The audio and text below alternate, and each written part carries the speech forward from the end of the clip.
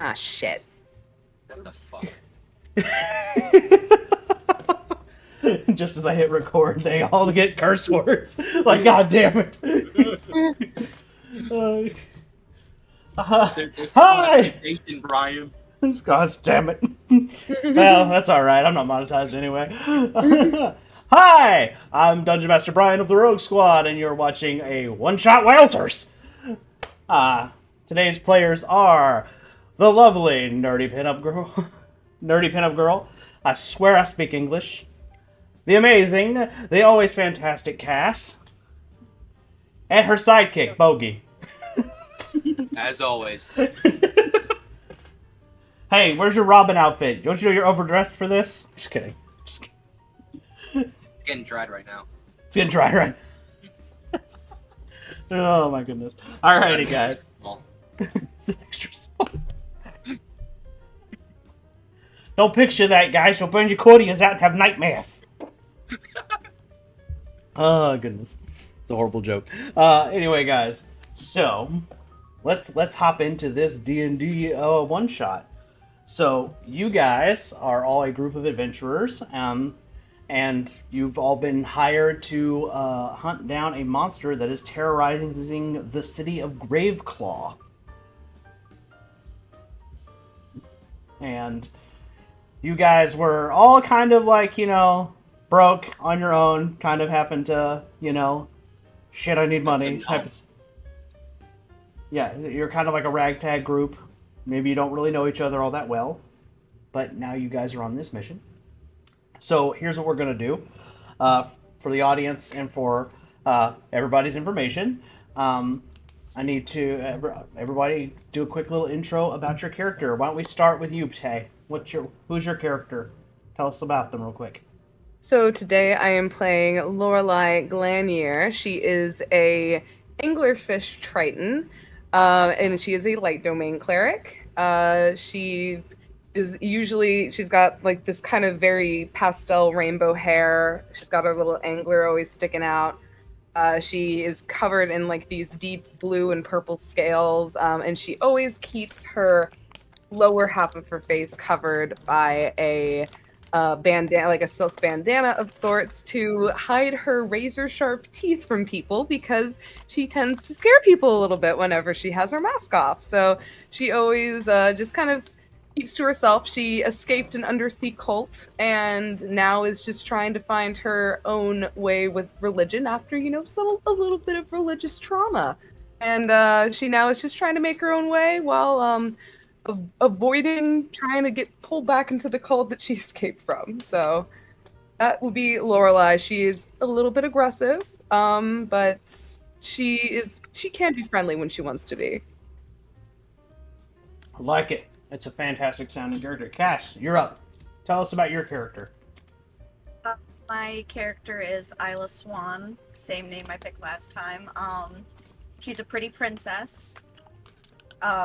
She has run away from her kingdom because she doesn't want to get married off to the highest bidder.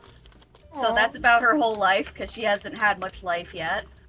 She's a barbarian level 5, human variant, and in the noble section. Okay. I like it. All right, and Bogey, how about you? Tell us about your guy. My character's name is Viernan, a high elf wizard of the divination school. He is mostly tan with long brown hair tied up in a knot. Sorry, in a ponytail. He is more analytical than anything, less emotional.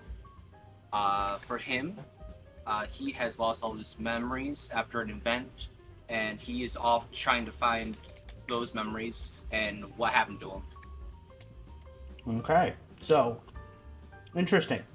I like it. Just kidding. Do you prefer to roll digital dice, or would you like us? Are you okay with us rolling physical dice? Either one is fine. I'm not picky. Potatoes. I gotta break out my Lorelei dice. I've got My Little Pony dice. Oh, I want My Little Pony dice.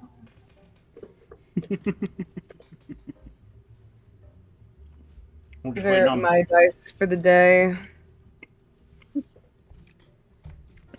Well, if we're showing off dice, here's mine. They don't look like they're special right now, but It'll light up. Ah, I need 60 now those of are pretty. them. mm-hmm. They didn't all light up, so I think some of them are dead. But oh well. They haven't been charged in a month, so. Hey, it's still impressive that they're still lighting up. Uh-oh. Goddamn. I do not have a Uh-oh. spell, but I have fireball dice. There it goes. I lost y'all for a second. Ooh. Very nice, very nice. I have Lord of the Rings dice somewhere. Alrighty. They're probably my druid dice. I love these. Very nice, very nice. Okay. So, you guys, let's get started. Are we ready? Yeah. I'm ready. Alrighty, alright. So, you guys all took on this mission. Ragtag group of people. You just like, you know what? I need some money. Let's go. All of you have 200 gold. We'll say that each. I'm just going to make a quick note of that. You all have about 200 gold to spend on the town. And if you complete the mission, you get like 20,000 gold apiece. So that's why you're like, oh yeah, let's go. Let's take this mission, even though it's Vegas Fudge.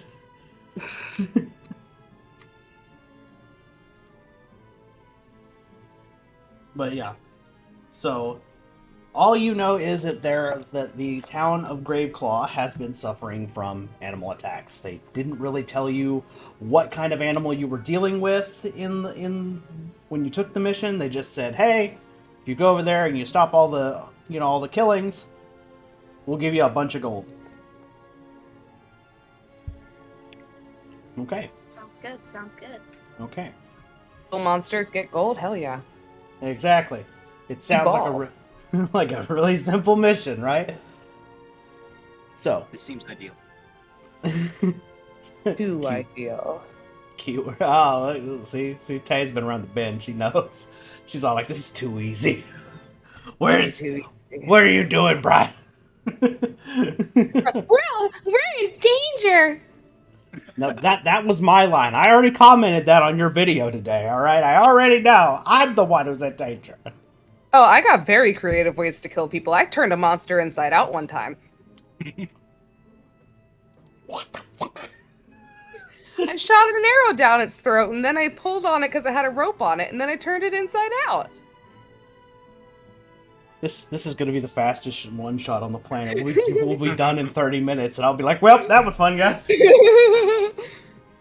Oh god. Alrighty, so you guys are in a dark forest, and you're just kind of walking through, heading to Graveclaw.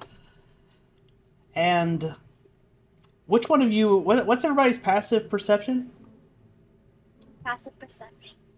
My passive perception is stupid. It's 15. Okay. Mine is 14, Okay. and I forgot to put the passive perception for Carissa. Here, it's for. Did you say it's 4? No. Am I wrong on how that's formatted? Don't you just need to add the numbers that are right there together? It's okay. How Don't do you worry calculate passive perception again? about it. Don't get me to lie to you right now. I just usually had everybody else do it. Let me Google. To Google! The other DM at this table. I always love having new players just because it's like, I remember figuring out the game for myself, and it's so much fun. I love it. It's 10 plus your wisdom modifier. Isla's a pretty princess. She can't do math. That's ridiculous. Chris's passive perception is 11. Okay. So. Can we write that down in here? No? Okay. That's okay. I'll just have to remember that. Yeah. If you have a notepad and a pen, you can just take little notes. I do it all the time. I have a paper right here that I've been using. But There you it's go. hard to see with. See, I cheat all the time. We don't need no official stuff. Anyway, it's all good. So this okay. The audience will get a giggle out of this, and Tay's just over here like, fucking noobs. No, I'm just I am teasing. not like that. I'm just teasing. I'm just teasing. I'm Wait teasing. a I second. Is swear. passive perception wisdom plus proficiency bonus if you have perception, right? Proficiency bonus. I don't know. I just told you what Google told me. We're not gonna worry about Alright. it. It's not that It's big. It 14 never for- lies. Okay, that's that's great. Point is that it is going to be Lorelai who hears what happens first. So as you guys are walking, Lorelai, your character hears the sound of rustling, like paw prints, like moving very quickly in the distance. Lorelai immediately is paranoid and she draws her mace, she has her shield up, and she turns to the other two and she goes, I think we are about to have some company, and it seems it's coming in fast. And she is just going ahead and readying herself. She already has her light cast currently just to kind of keep things a little bit brighter while they're walking through, so her angler is glowing.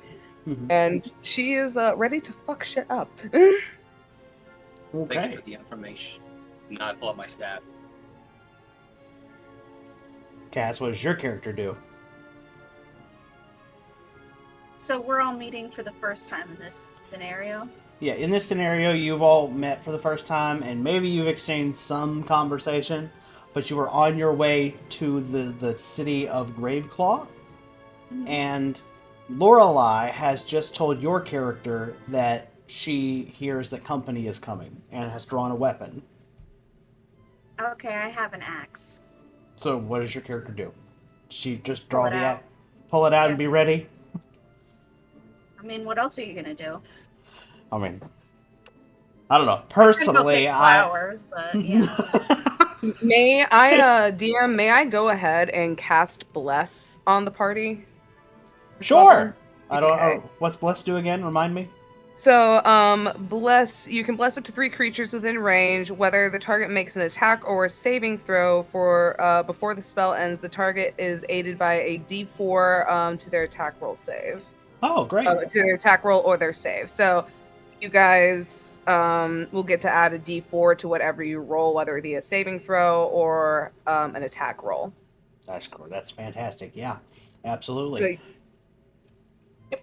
So, Alrighty, so basically you guys get a little bit of a buff to get ready for any potential oncoming conflict. Time to kill. Okay. As you guys... Okay. Alright, the sound is getting louder and louder, and it feels, and you're hearing, like, the sounds of, like, some kind of animals moving towards you faster and faster, and they're getting closer. And closer and closer and closer. And as you guys are prepared for whatever is going to be coming your way, out pops of the bushes a pack of dire wolves. And they just, like 8 of them, and you just see them just booking it. Behind them is like a bunch of like deer, like a whole like slew of them, like 10 of them, just running behind them too. Just you see like bunny rabbits hopping in that direction, like get the hell out of here. A bunch of these different kinds of animals that normally don't get along, you're seeing them all running next to each other trying to get the hell out of there. something big is coming, and I guarantee you it's ugly if dire wolves are running from it. Because first Lorelai is bracing herself for these dire wolves to attack. No, they're just booking it. Lorelai immediately, you kind of watch as she has these very black round eyes as they start to widen, and she slowly takes off her mask, and for the first time you see these large sharp teeth just protruding from her maw as she has her fangs bared and she is ready to fight, and she is absolutely terrified of what's going to happen. I look towards the party and ask, shall we flee or fight what's about to come? I guarantee you it's probably going to chase us. I hide behind Loreline. The barbarian just goes, I'm just gonna be behind the blue lady. It's okay, pretty princess. I'll protect you. All right. So, and you can see the fear in these animals' eyes. Like, you see the dire wolves. Like, they're not ferocious. They're not growling. They're like practically got their, practically got tails between their legs. They're just booking it. For While context, we're go ahead. waiting for about to get attacked, I'm gonna cast Mage Armor on myself. That's okay. Go for it. Alright. Just because I don't know how familiar a cast is with D&D monsters, dire wolves are like horse-sized wolves. Like, imagine a wolf as big as a horse, just zip back. I've seen Twilight. Okay, so yeah, you know what I'm talking about. Great. Ride that bitch into battle. Sorry, that just reminded me of a joke that I told Cass the other day because I sent her a video of somebody who was a wolf dog on the counter. I said, somebody tell Jacob to get off the counter. Anyway, sorry. Tangent there. Anyway, as you guys see all these creatures, as you see all these animals running, you also see like a grizzly bear like running behind, like just This thing is very big. this grizzly bear's like, no, it's not gonna be me. And it jumps over you. It jumps over the whole party to get by you. Just brink. Orla just has her weapon out. She is just like, oh, this motherfucker. No, yeah, it was I'm a right grizzly. next to her with my staff aimed right there. And the grizzly bear like jumped over you and ran past you. Now, you kind of start to get a sense of what they were running from. You see this big, huge, hulking, shadowy shape, and you hear snarling.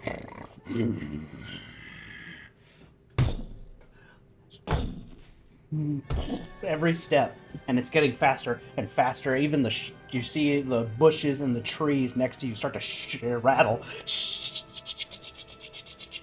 Leaves starting to come off, and then out pops this 10-foot tall shadow. You guys are not exactly. Who all has dark vision? I have dark vision. Okay, you have dark vision. I do as well. Okay, Cass, do you have dark vision? She does not. Okay, cool. Cass, all you see is this big. Axe. You have an axe. I have an axe. Sorry, I just pictured Gimli for a second. And my axe. Anyway, so When you picture like Lord of the Rings, like the fucking dwarf, like hold it the way they hold the axe up, that's what she looks like. there we go. She's just Like 4 feet tall. And to you, Cash, your character only sees this big, like, black shape. Like, it's just kind of a blur. Red glowing eyes, you can't really see it. However, Bogue and Tay, your characters can see what this creature is. Because, you know, it might be dark, but it's not that dark to you. And you two can see this is a 10-foot tall, very large werewolf. Black fur, red glowing eyes, snarling. And you just see him, like, push a tree down, like a solid, big-ass freaking oak tree. Just...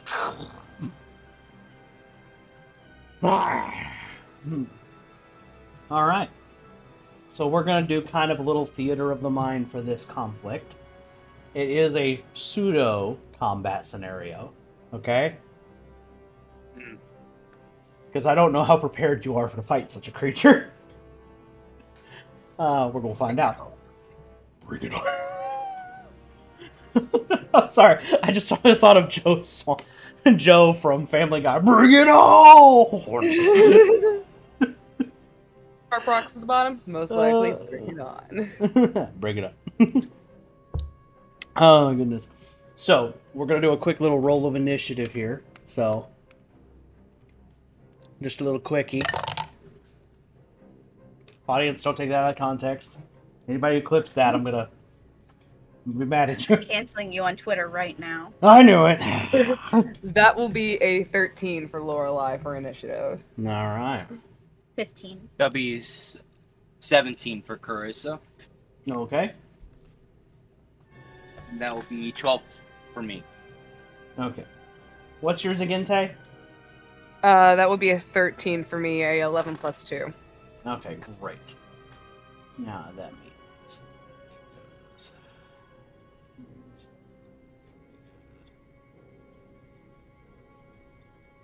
Alright, so the werewolf won initiative, so... Oh, we lost Tay. Tay, you still there? I'm still here. Werewolf got her. I just put my camera down. Oh, okay. Mm-hmm. Okay, we'll give you a minute. Oh no, I'm still good. Oh, You can go ahead okay. and go. I'm still listening. I'm just indulging in vices. Ah, gotcha.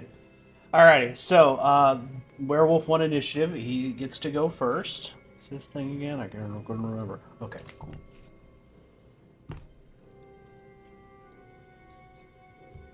Alrighty, so the werewolf is going to take a swipe at Bogey's character. He's just gonna walk up and give you a claw strike. Let's see here. I don't want lycanthropy. What? I bet fur looks great on you. Get within my shirt. Alright, it's gonna land, I'm afraid. He definitely beats out your armor class. It's gonna have to re-roll because Lorelei's gonna flash a bright as her reaction. She's gonna flash a bright span of light, and she's going to be using Warding Flare. Okay. Which, when a creature that you can see within 30 feet of yourself makes an attack roll, you can take a reaction to impose disadvantage on said attack roll. In addition, you can give the target of the triggering attack 2d6 plus 5 temporary HP. And with my my mage armor, my armor class is 15 now. Okay. He still hits. Still hits. Okay, Yeah. I tried. And actually, the second roll was higher than the first. God damn it. So, even at disadvantage, he still hit him. Alright, let me look here. Let's see. Am I allowed to use my rage? Or On or is your it just spells? Okay. On your turn. They have reactions, that's why they're able to do what they're doing. Okay. And reactions are a little quicker. Alrighty. 4. You took 6 points. That's it. That was the lamest werewolf attack ever. Alright. So the werewolf takes a swipe at you. You took 6 points of damage.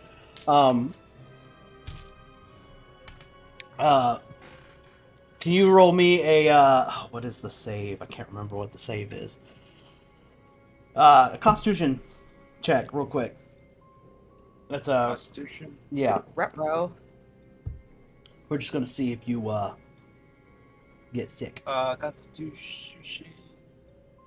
I'm adding my Constitution modifier, right? Yeah. Oh, that's gonna be 16. You're fine. You're fine. I can't believe for you. Yeah, no, no wolfiness for you. All right, and then he would try to go after Casta's character, but the werewolf, it can't get to her without going through Lorelei, so he's going to try to bite you. At disadvantage still, right? No, that will, just due to, Warding Flare is just for that one turn, and by the way, I do need to roll my 2d6, plus, 2d6 plus 5 for your temporary hit points. Oh, does my werewolf get temporary hit points? Oh no, it's going to be, I'm sorry, what's your character's name again? Bogey? Bjornen. Bjornen? Okay. Bjornen is going to be getting, let's see, 6, 7, 8, 11, 12, 13, 16 points of temporary HP. Oh, thank Ooh. Yeah. That I pretty much- believe, yeah. Even if the target does fail, I believe they still get the temporary HP. So. Yeah. Well, Oh then yeah, that Brian. ca- Just Go let you ahead. know. Since I'm part of the divination class, I roll 2d20, and before a roll happens, I can make it the roll of my choice of what I rolled. Okay. I'm not gonna worry about it. All right. Sounds cool. Let's see here then. Well, that's a 4, so that bite misses. Ah. All right. So basically, the werewolf tries to bite Lorelei, and he's just still seeing purple dots from that flash. So he just and you just watch him like gnaw at air. Like you didn't even have to move. You just Oh, you're pathetic, aren't you? Who's a bad dog? he just snarls and wipes at his eyes. Just okay. Cass, your character's up. What you gonna do? I was gonna use rage. That's a bonus I action. can't do So spells or anything. Yeah. yeah, that's a bonus action. So you can do it right now. It's kind of free. Best Okay. things about barbarians, you just hit shit. It's great. I aim for the tail so that he can be distracted. Are you gonna hit him in the tail? Yeah. Okay. That way, other Yes, people I can. love it. The people who are more powerful than me can hit him from the front because he'll be too busy trying to get at me. But I can maneuver easier. Okay. Okay. So I want you to roll an attack roll. Roll a d20. Let's see how if your hit works. Or I think you roll with it. I can't remember. Is it? And no, remember that's to for add a strength. d4. Add a Yes. d4 as well to your attack roll because you still have blast. This is what you got. Yeah. Roll. Yeah. Brilliant. It's just kind of difficult with this counter space. Yeah. Something y'all should definitely invest in. Dice towers, man. Those things are awesome. I got my I have dice one trays. fan. That's what keeps my dice where they're supposed to be. Yeah, either one Don't is you a have great. one of those? We're not gonna worry about that. She got a 17. 17. I gotta look at this thing. Couldn't That's right. That's exactly what she needs to hit. Okay. Let me ask you this: is your weapon silvered? Yes. It Wait, is. no. No. Or Wait. is her I thought you axe? meant the color. No. I mean, is it silvered? Like, is your weapon made with silver or magic? It's just a regular steel. Okay, cool. So it hurts like an SOB, but it doesn't. But due to the fact that it's not those things, the werewolf is undamaged. It just hurt. So you watch your axe come down and hit the werewolf in the tail, like you said. A wound happens, but you watch it suck back together, and you see the werewolf howl as he grabs his tail. Kind of hops around for a minute. That is not promising. But you all watched, as those of you who had dark vision, saw that wound heal. Like, really quickly, like Wolverine heal, just... Okay. Tay, you are up next.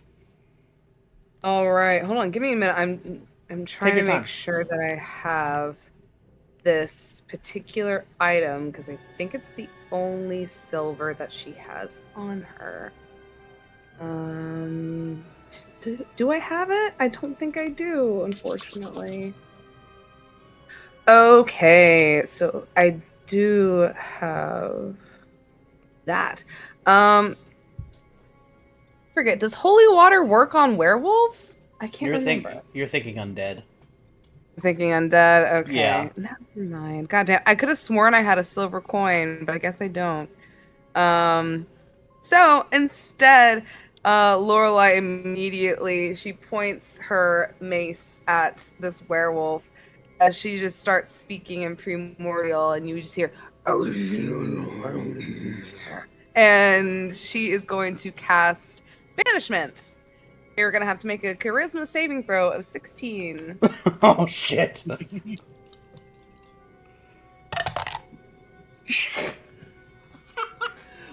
That's one charismatic werewolf. Hey, he's not going nowhere. With my I just modifier- realized I just used my only level spell slot. Oh well, it's fine. So he made the roll. Yeah, he made the roll. Okay, so I believe nothing happens. So okay, so when you cast your spell to vanish him, you just watch the werewolf like poke out of the energy and just look at you like. Oh bloody hell! I can't believe I'm having to deal with this. This is a lot more irritating than I thought it was going to be. Do you have any bonus actions left?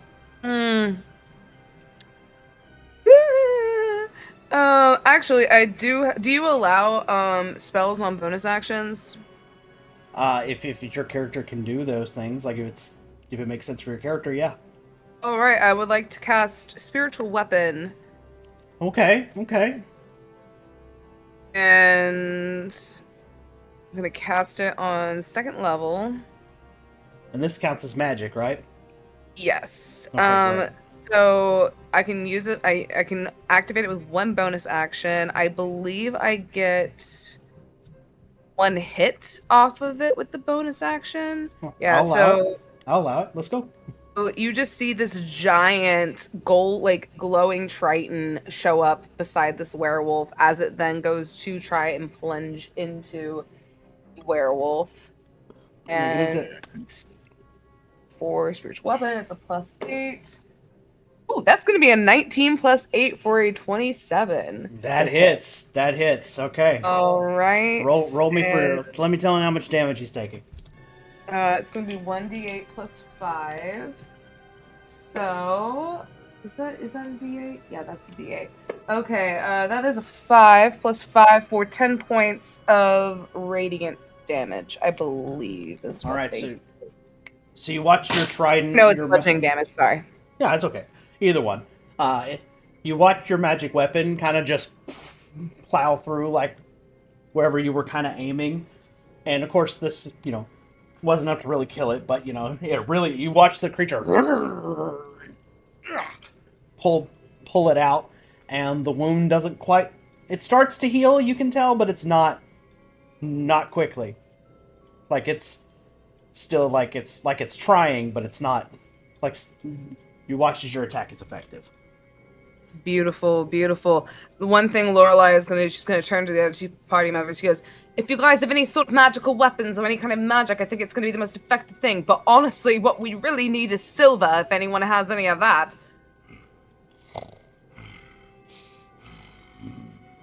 And you watch his eyes start to grow really red and just focus on you, Lorelai. Lorelai immediately takes her mace. She smacks against the shield. She goes, "Come and get me, you fucking bloody wolf dog!" And she's egging it on, just trying to keep the focus on her, considering she, I believe, has the highest AC. Smart move. All right, Bogey, your character is up. All right. Could I possibly roll to see what the werewolf's weaknesses are? What's your class again? Wizard. Wizard. Okay, wizards are kind of the wizards. Yeah, okay. Wizards are the educated kind of people, so I feel like they would kind of have some base knowledge about werewolves. So you know that silver and magic are the big things that you want to do to stop a werewolf. Those are the things that that hurt them, permanently. I will say Lorelai did also disclose that already to the party. So Sure. if you don't want to waste an action on evaluating that. Yeah. Oh, and I believe or I didn't know. Yeah. Also, I believe Lorelai's character has, if I'm correct, in past games, she's probably fought a werewolf or some kind of creature like one. But right? She's fought werewolves. She's fought wendigos. She's fought dragons. Girl's gone through it. Okay, great. So you have a character who has experience fighting these kinds of things with you. So there you go. So you know that you can take that knowledge at face value. Fantastic. So Bogues, what would you like to do? I am going to point my staff. Wait. When I'm looking at the werewolf, is there anybody in between me and the werewolf, or No. or behind it? No. I wouldn't be behind. No, actually, yes. Cass's character is behind the werewolf. Shit. And you and so think like a triangle switch situation right now. It's gonna go the werewolf in the middle, Cass behind, Tay's character on one side, you on the other. All right, once. I would say Lorelai's probably front and center in front of the werewolf. Do you do flanking with your DMing? I will. Yes. Okay. Just remind me what that one is. I think that's advantage, correct? Flanking is whenever like two particular sides of the Yes. if they're catty corner to it, and they get advantage on the attack roll. But I believe I could be wrong. I've never DM'd, so it could only be like. Yeah. Actually, I think it was just advantage on the attack roll. Yes. I couldn't remember if it was like, because here's the thing, you're kind of a triangle situation, so depending on your point of view, technically all three of you could flank this creature. Because because Cass decided to maneuver herself behind the werewolf, so that kind of puts you guys in a triangle. I just Googled it.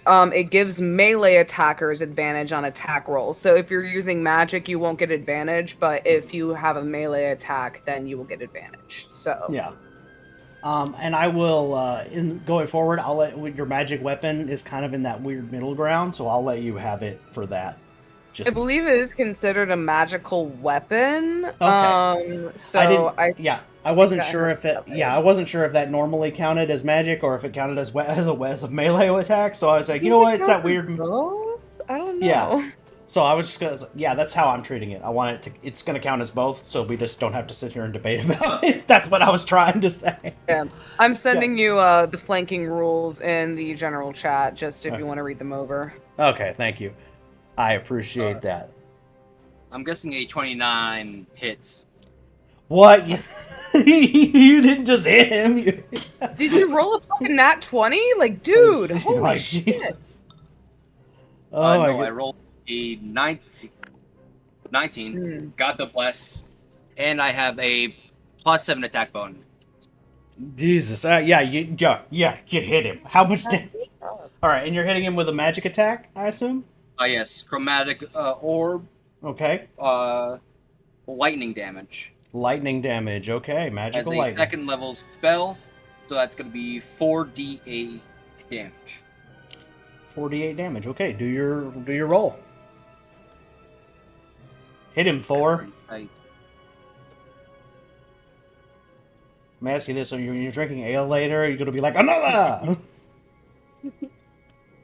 Because that's what heroes got do. one hard lemonade left in. It's gonna be 14 points of lightning damage. 14 points. Woof. Okay. All right. Let me see here.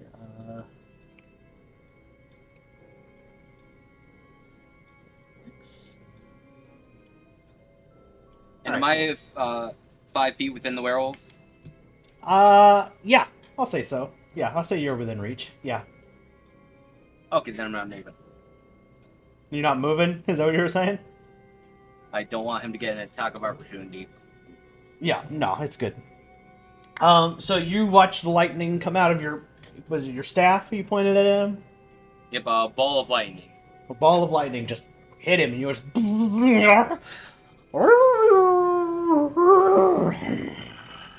And he's got smoke and you guys can smell like the scent of like burnt hair. Welcome to electroshock therapy.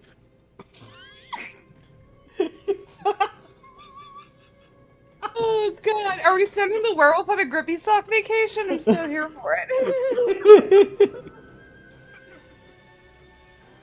I need therapy after we're done with it. I'm gonna need therapy when y'all are done with it. Alright, so it turns back to the werewolf's turn.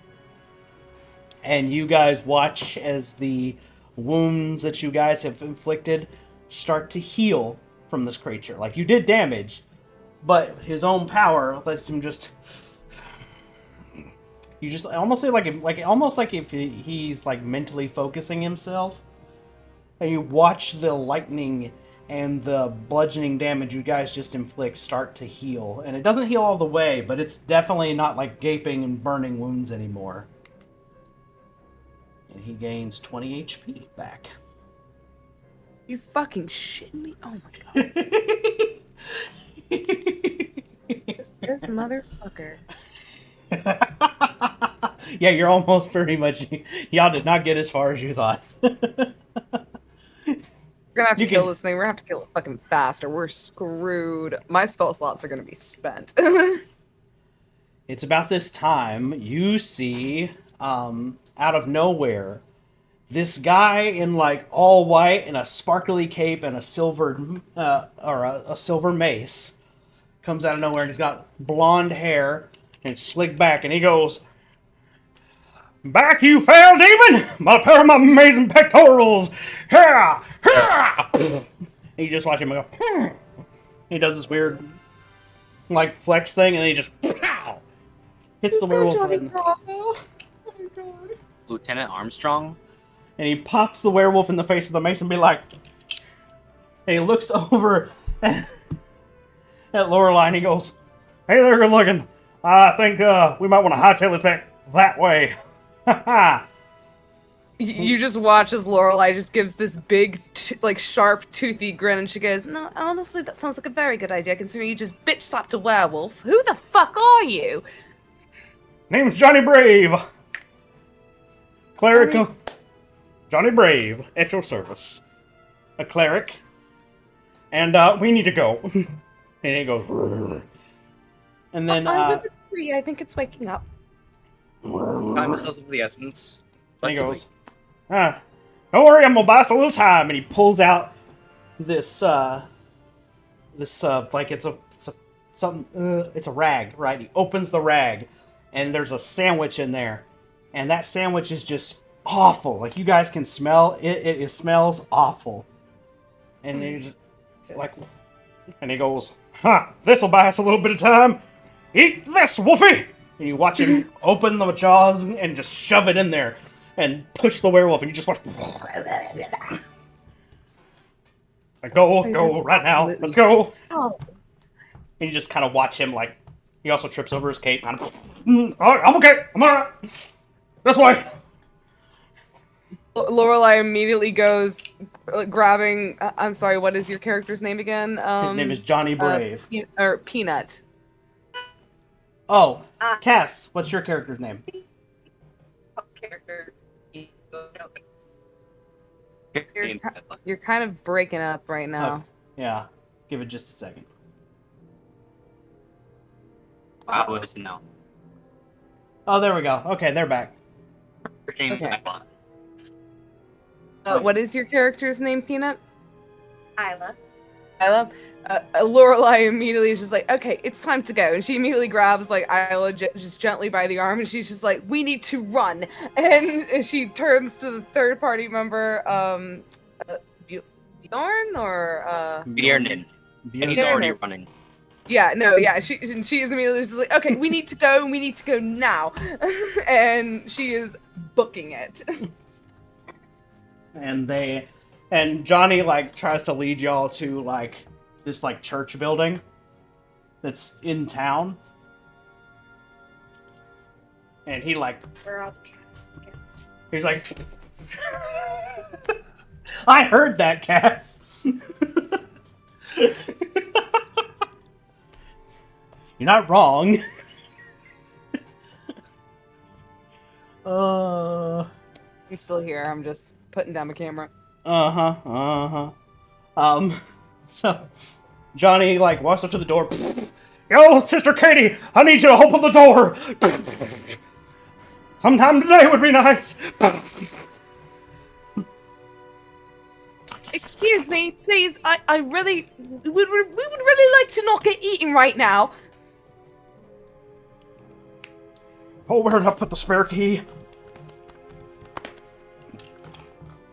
"Oh, that's right." Lorelei, I believe we were in a much safer place with the werewolf. Hey, I'll go get the door open. Just a minute. Finally, the door opens, and Johnny just falls through. "Oh, I'm all right. We're good, guys." And then on the other side, you see this, like, nun-like figure, Sister Kate, And she goes, come on, in.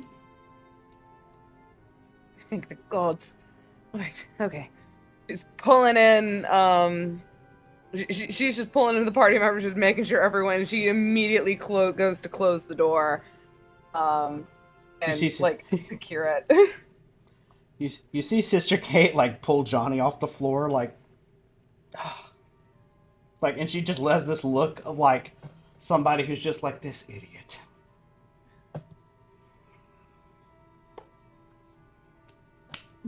Oh! What was that for? And she just goes, you know exactly what that was for. And he's just like, oh, everyone's a critic. That was Yes. Never met a cleric like you before. Oh. And then you hear... I've never met anyone like him before. And then you Well, that guys was see... my first werewolf, so I can't say anything. So Johnny, now that you guys are in the safeness of this church, it's candlelight, and at the end you see like this like glass like mural of like some deity. She has got like bluish hair, black dress, little star like tiara behind her type of thing going on. And he's just like, well, we should be safe in here. For some reason, Big, Ugly, and Furry doesn't seem to like this place. I don't know why. Well, it seems most coast creatures don't typically like going on holy ground, and as she's speaking, Lorelei is also putting the silk scarf over her teeth again, covering the lower half of her face. She's trying to be respectful in church, and she will also take time to go to the altar, and she'll just kind of like say a small prayer, and then she will go back and join the group. While Lorelei does that, Bjornen is looking for any silver weapons around. Okay, you can roll Or any kind of silver. Yeah. Lorelei will be looking for that as well. Okay, everybody is allowed to roll an investigation check while they're in the Well, how high is your investigation? Because I can give you the help action. I'm good. I got 27. Okay. Oh, Jesus Christ. Yeah, you don't fucking... All right. I rolled a natural 20 plus my investigation. Yeah. You unfortunately, there's not really any silver in there. You do see, like, there are, like, some expensive things, but those things are made out of gold. That's unfortunate. You're right. You're just like, the one church on the planet that's got silver instead of, or got gold instead of silver. What the? This is what happens when you give the churches too much money. They just end up being able to afford gold instead of silver, which is absolutely needed right now. It's like, in my defense, I didn't do it. All right, it was like that when I got here. Do you know any place that we can get silver, Johnny? Johnny Brave, at your service.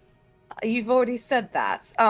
Is there any place that we can get silver, Johnny Brave? Maybe. There might be a few spots.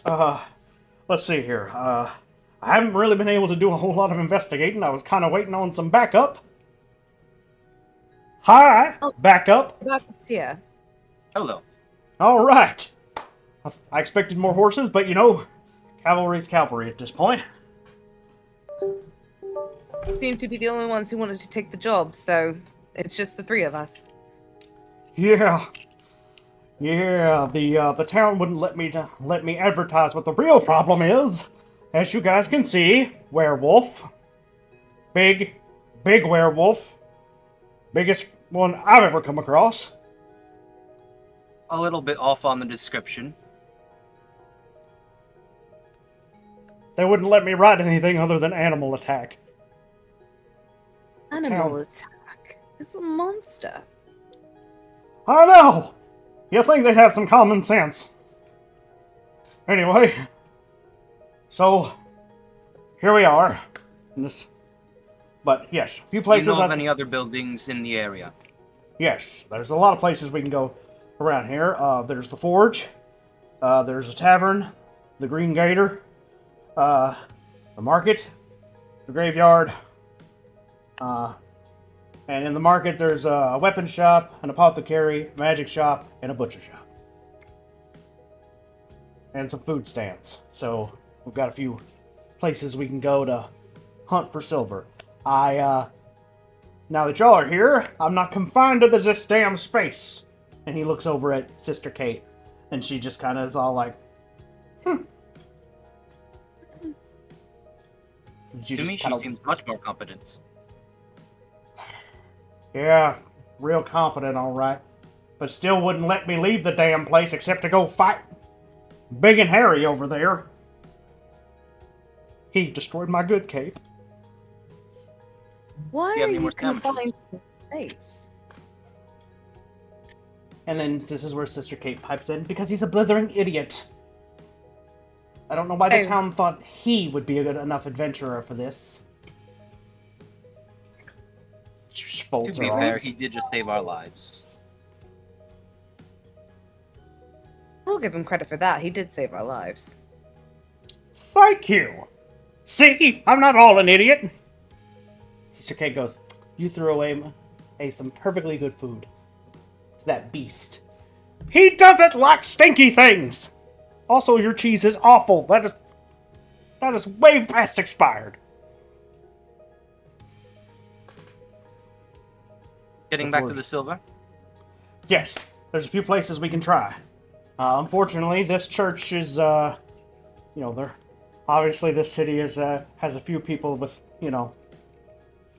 and they can afford a few things.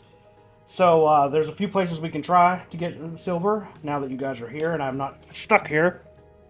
Yes, please do. And you see Sister Kate walk off. She goes somewhere off in the back of the church, like she's just done with Johnny's goofiness.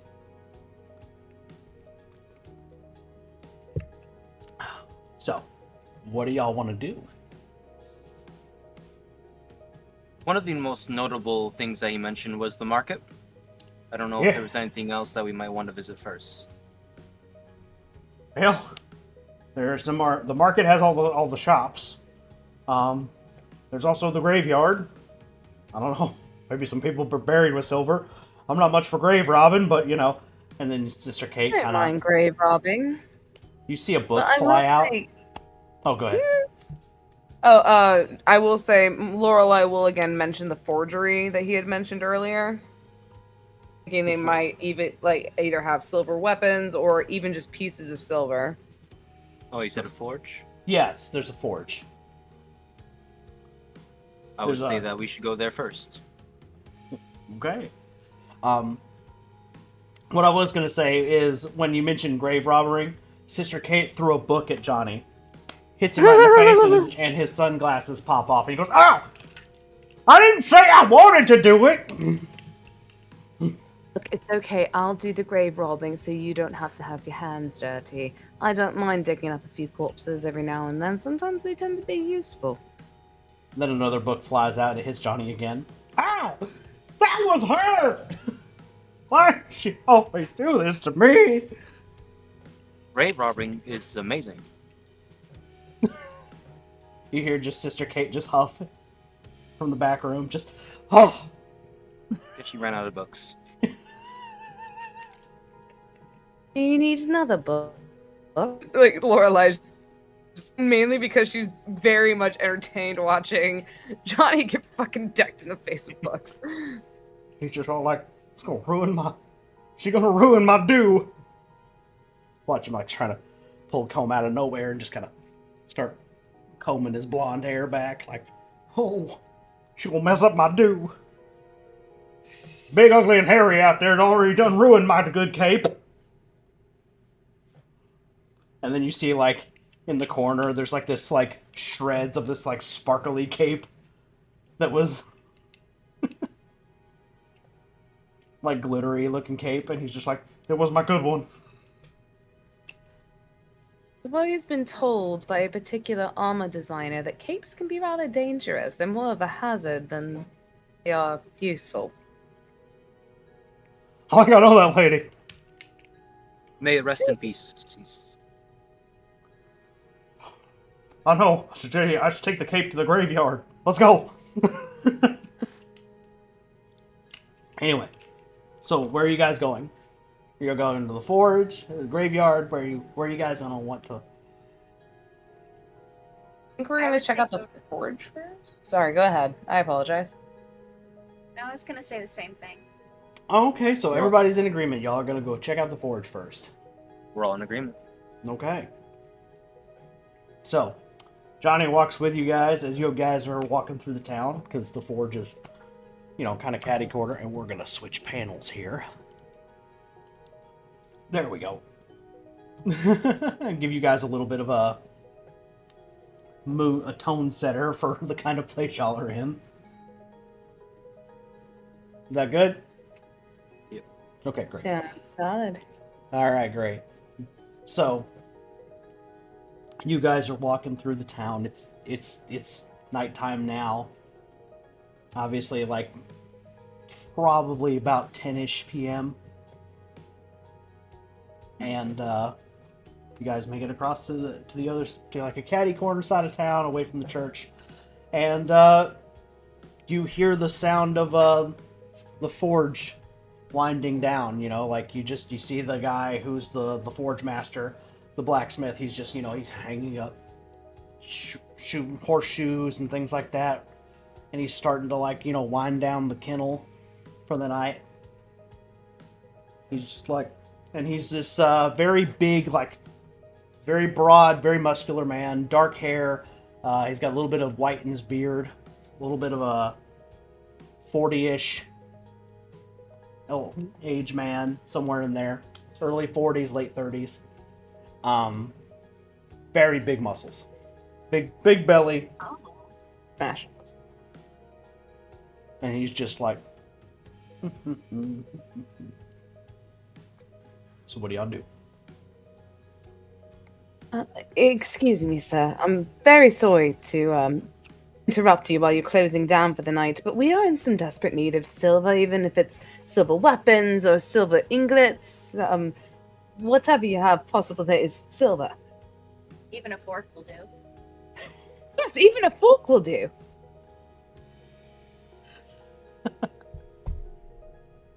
I'm sorry, I just pictured Cass killing a werewolf with a silver fork. Got sharp hands. Make it happen. For a wolf. He's like...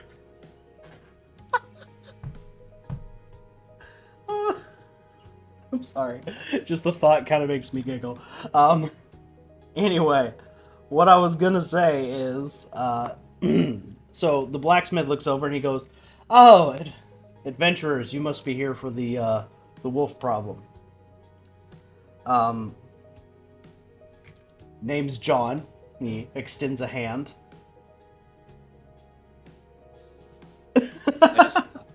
I just bow lightly. And, well, I guess Lorelei is silent. He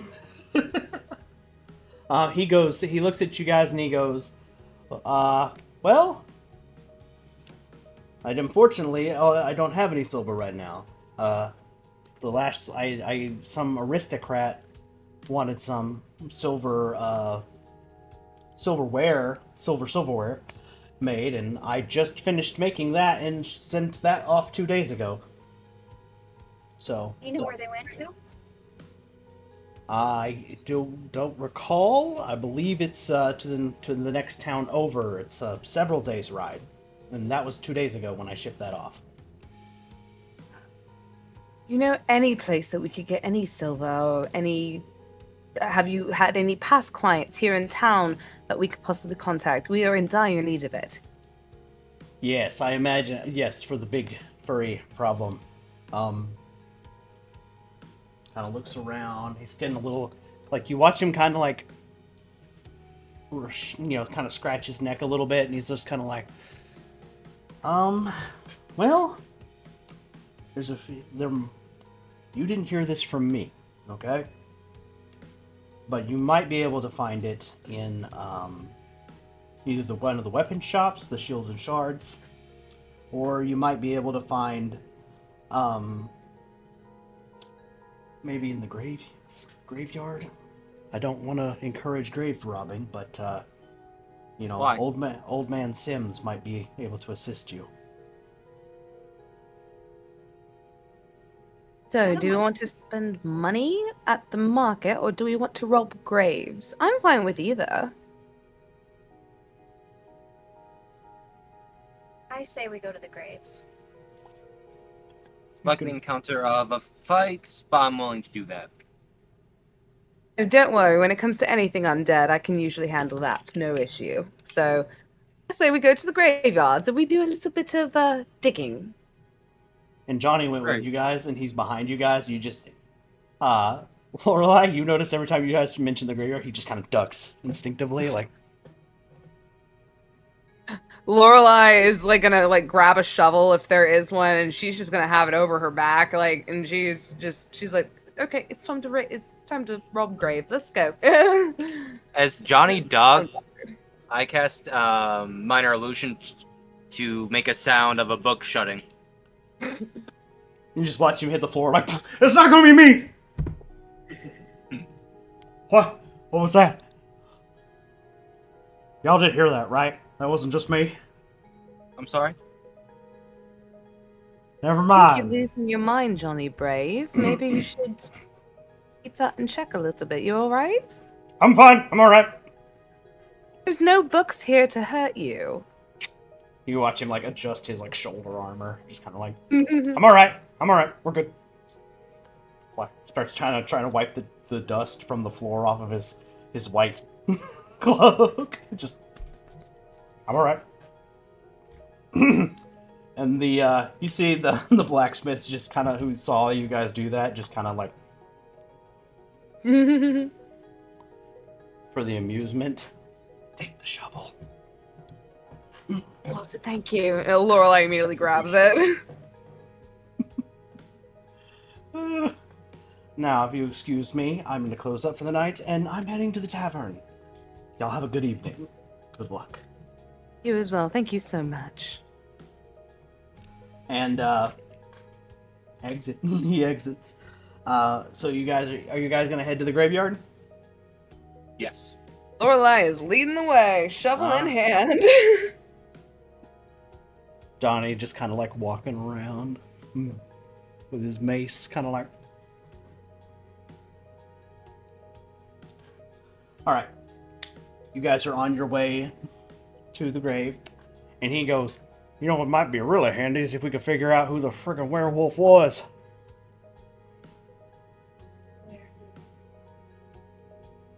Who the werewolf was. Like, you know, maybe if we knew who they were, we could hit them in the daytime when they can't go all rawr. I Does don't know how anybody- werewolves work. How would we figure out who's a werewolf? Well, there could be some clues, you know. Maybe, I don't know, maybe they got a little, they scratch behind the ear funny. I don't, like a dog, I don't know. Has anyone Well, been I'd say acting you. strange as of late? Well, there's quite a few people that are around this town that I think are strange, but, you know, what do I know? Especially Sister Kate. I think she's a little off her rocker. Always throwing books and shit. I believe our main priority should be getting silver first. Alright. It's worth a shot.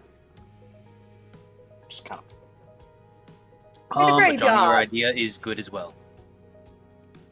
Thank you. Alright, to the graveyard. He holds up his mace, starts looking around. You never know, she might be lurking. Isla Alright. puts a gentle touch on his shoulder. Like, there, it's okay. And she has to reach up to do it because she's only 4 feet tall. It's just like this little. She is Smalls. Oh, thank you, little lady. Alright. So, you guys arrive to the graveyard. And, at the front gate, you see this, like, old man, and he's got, like, this really, I mean, super long beard, and he's got, like, this, like, rope, like, necklace with a bottle in it. And he just kind of, and he's got a shovel, and he's just kind of leaning on it, and he's just.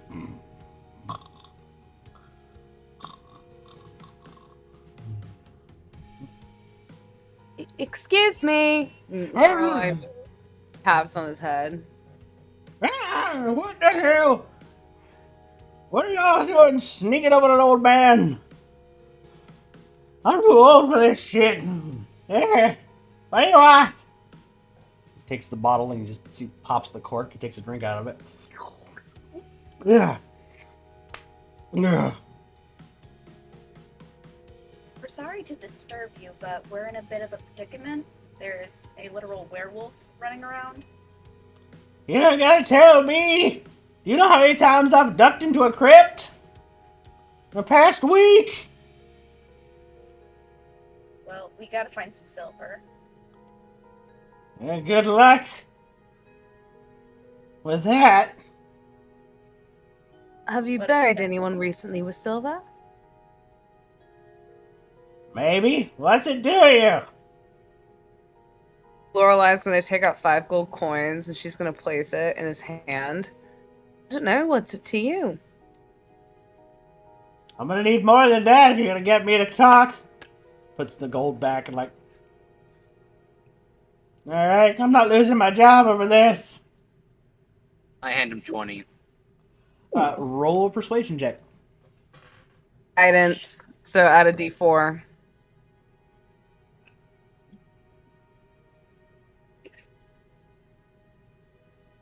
Let's see. He's got that shit-eating grin over there. Like, he's like, I'm about to persuade the old man. That's gonna be a 3. That's good. You went your d4? I have -1 on the charisma. Oh my god. And I rolled a 3, and I rolled a 1 for your bus. Oh my god. Does anyone want to give him advantage? Yeah, hold on. Let me. God damn it. I don't have advantage on. No. I'll allow you to give him advantage as part of you for trying to persuade him too. I do have advantage on persuasion, so I'll use the help action. Or Right. if you want me to roll it, like. Yeah, I why don't can you roll it? I'll give you. Yes. I'll let you roll it. We'll count that as the advantage. Okay. That's going to be a 17 plus 5 for persuasion. All right, he takes the 20 gold and he goes, all right. He puts it in his own little coin purse. He's like, all right, that grave over there. A month ago, I buried them. He had some noble or something. He had some silver rings. Just 2. Might be in the left hand, right hand, I can't remember, okay? It's been 2 weeks. I just remember he was a rich fella, he might have something. That grave over there. Well, it's a start. So, Lorelai immediately just strokes over to the grave. She just starts digging. Ida does Johnny. a little curtsy. May I just say, I rolled the d20 for shits and giggles. Uh-huh. I rolled a 2. He gives you a dirty look like, should have charged you more. I'm not helping. He just kind of walks off. Oh, and you just see Johnny go, thanks, old man Sims. Appreciate you. He goes, you better hurry. If Sister Kate knows about this, she'll have a cow. Sister Kate will know nothing. You If anything, I'm the one digging up the grave. Sister Kate can be mad at me all she wants. Yeah. I'm not helping. I'm too old for this shit. Oh, making me dig graves. I should just dig my own and get in it. This is bullshit. And just watch him hobble off using the shovel like it's a walking stick. Enjoy your 20 gold, old man. We'll take care of the rest. I'm going to the tavern. I'm getting drunk. Fun. And with that, Lorelai is again just still digging up the corpse until she hits coffin. All right. Can you roll me an athletics check? I want to see if you get tired halfway through. Oh god, I am not good with athletics. Okay, let's see here. I have a +0 in athletics. It's gonna be great. Maybe Isla should do this. You can help. I'll use my hands if I have to. Because that was a 6 plus 0 for Lorelai, so she has a plus 0 in strength. So she's fucked. She's tired 11. after. So she's Isla rolled a 17. Okay, great. All right. So between the two of you, you get the coffin. Johnny's And while just they're kinda- digging the coffin, I want to investigate the cemetery in case there's anything weird happening. Absolutely. Roll me an investigation check.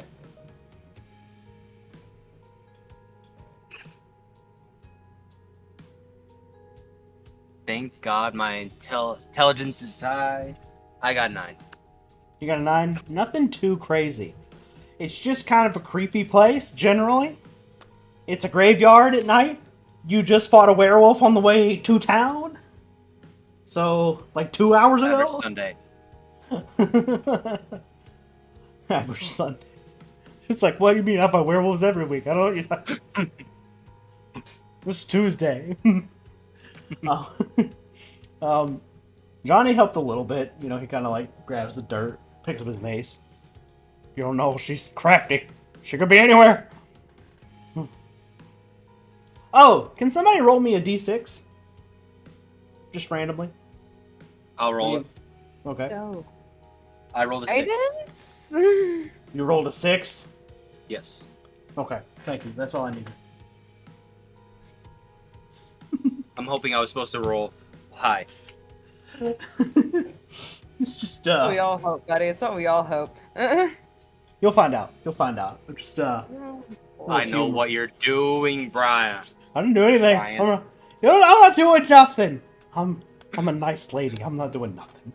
I'm a nice lady. Alrighty. So, you guys dig in and you finally get to the coffin, right? And the coffin is actually made out of metal. It's not actually a wooden coffin. This is clearly somebody who is died with money. So, who wants to try to crack open the locked coffin? Alright, Cass. Before anything happens, Hmm. may I pick an Arcana check on it? Absolutely, go for it. Okay. Also, guidance on Peanut's character. So add a d4 to whatever saving throw you're making.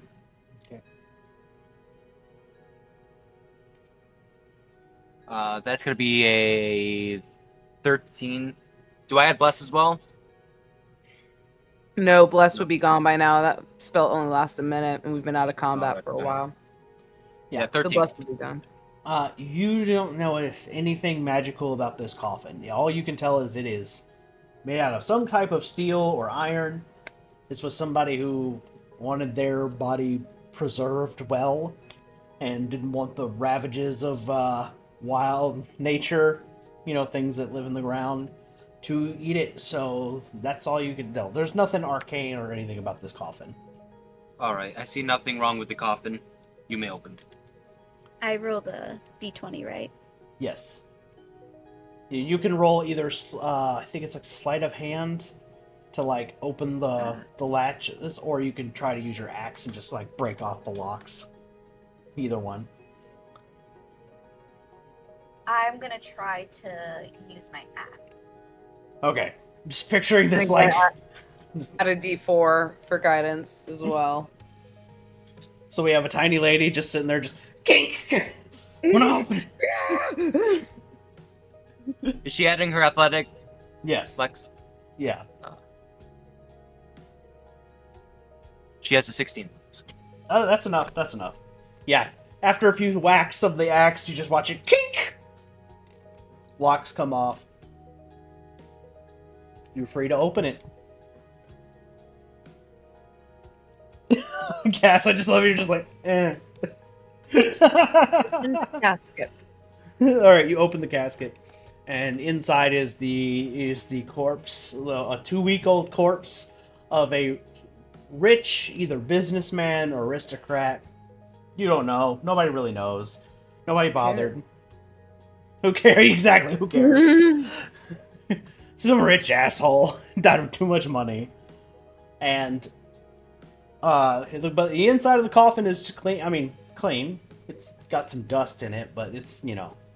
But there's no worms or bugs or anything that got in, so... And on his left hand, you see 2 silver rings. Lorelai immediately goes to grab them. If they don't come off the finger due to rigor mortis, she's just gonna ask for, or she's gonna turn to, I'm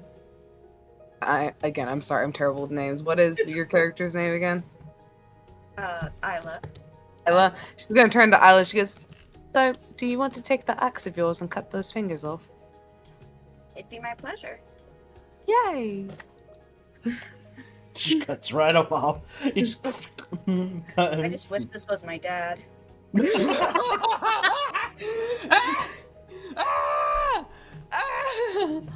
Vibes, sweetheart, vibes. Oh yes, absolutely adore it. Oh. And your in-game dad, right? Oh, yeah, that's what I'm talking about.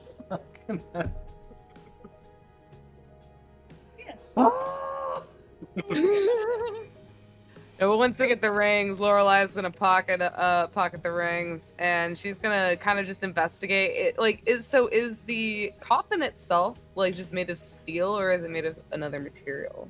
It's got like made on the outside. It's made out of like some either like steel or iron. It's not really. It's kind of dark, but it's also like you could tell before it went into the ground. It was like very shiny, very pristine.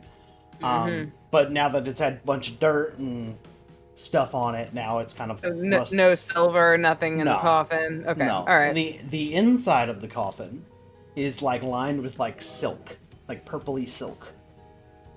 Yeah. So, like I said, and the corpse's clothes are clearly like they would be like the equivalent of like designer clothes for this particular realm. Hey, Lorelai. Ah. How much do you think his clothes will sell for? I'm not quite sure. Can Lorelai do it? Because Lorelai, she even though she's a cleric and she has like her particular, she is very scrappy and she likes to make her own way in certain particular ways. She goes, I wonder how much that jacket is, and I don't know what kind of roll you'd want me to make for that, but we will make let's go with an investigation check. Let's just go with that. I'd argue at least 20 gold. Guidance. Let's see. Go for 20 gold. That's going to be a 19 plus 3, and then plus 4. So 19, 20, 21, 22, 23, 24. So that's going to be a 26. Okay, so yeah, you definitely know what kind of clothes these are. These are clearly like the clothes of like a rich or an aristocratic type, and they definitely, I don't know, this would definitely sell for a good chunk of money. Like if you took them, like we're talking. Lorelai takes the jacket. Okay, all right, you're talking. Not gonna leave the corpse naked, but she's gonna take that fancy ass jacket. Yeah, all right. So you take the guy's fancy jacket, and it is clearly like the jacket of somebody who had money. So we're talking something that would be like a $200 jacket today, in today's money. So Lorelai will toss it to and what is his name? I'm sorry, I'm terrible with names. Bjorn. She's gonna toss it to Bjorn and be like, "You're the one who got the idea. I figured you'd be the one who can get to sell it and at least make a good coin off of it." And 50. Oh, I'm pretty sure you can bargain for 200 if you try your best to. I'll make sure to be there to help if you need it. And again, she just tosses the jacket to him. She's gonna get fucking paid for this job, so she does not really care. Yeah. Yes. So you take the guy's jacket. You take his silver. You cut off his fingers. Anything else you want to do while you're robbing this rich asshole blind? He was a landlord error. He was a Down with the patriarchy.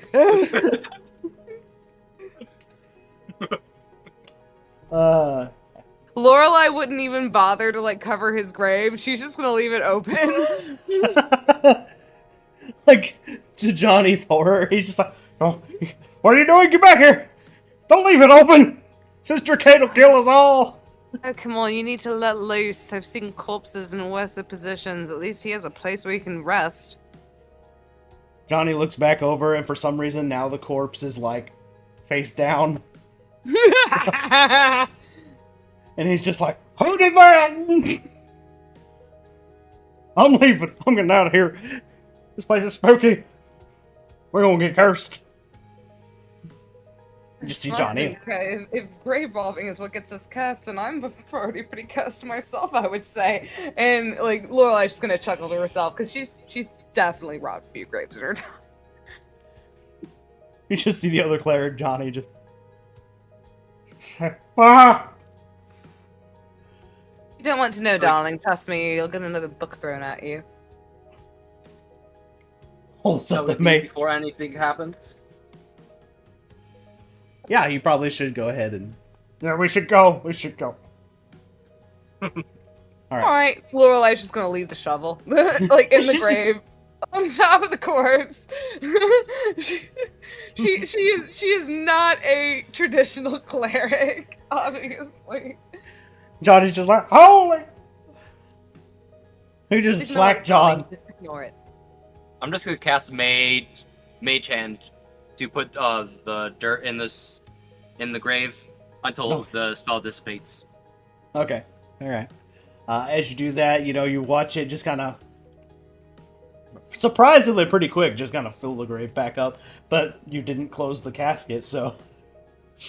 Whoopsie daisy. So you're just like, yeah, the worms will take care of the rest. Fuck. Rich bastard. His body's lucky I did that.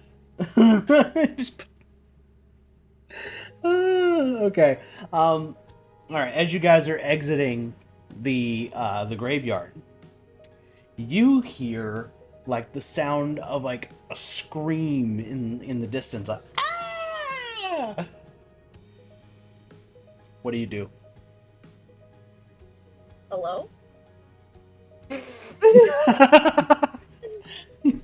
Vibe. That is so vibe. Lorelai is immediately going to toss one of the rings to our barbarian, and she's like, "I want you to hit him, and then even if it's just punching him. I think the forgery is closed currently. I would have liked to have melted this over our weapons, but I think the best we can do is attack and then punch it with silver. Hopefully that the damage sticks."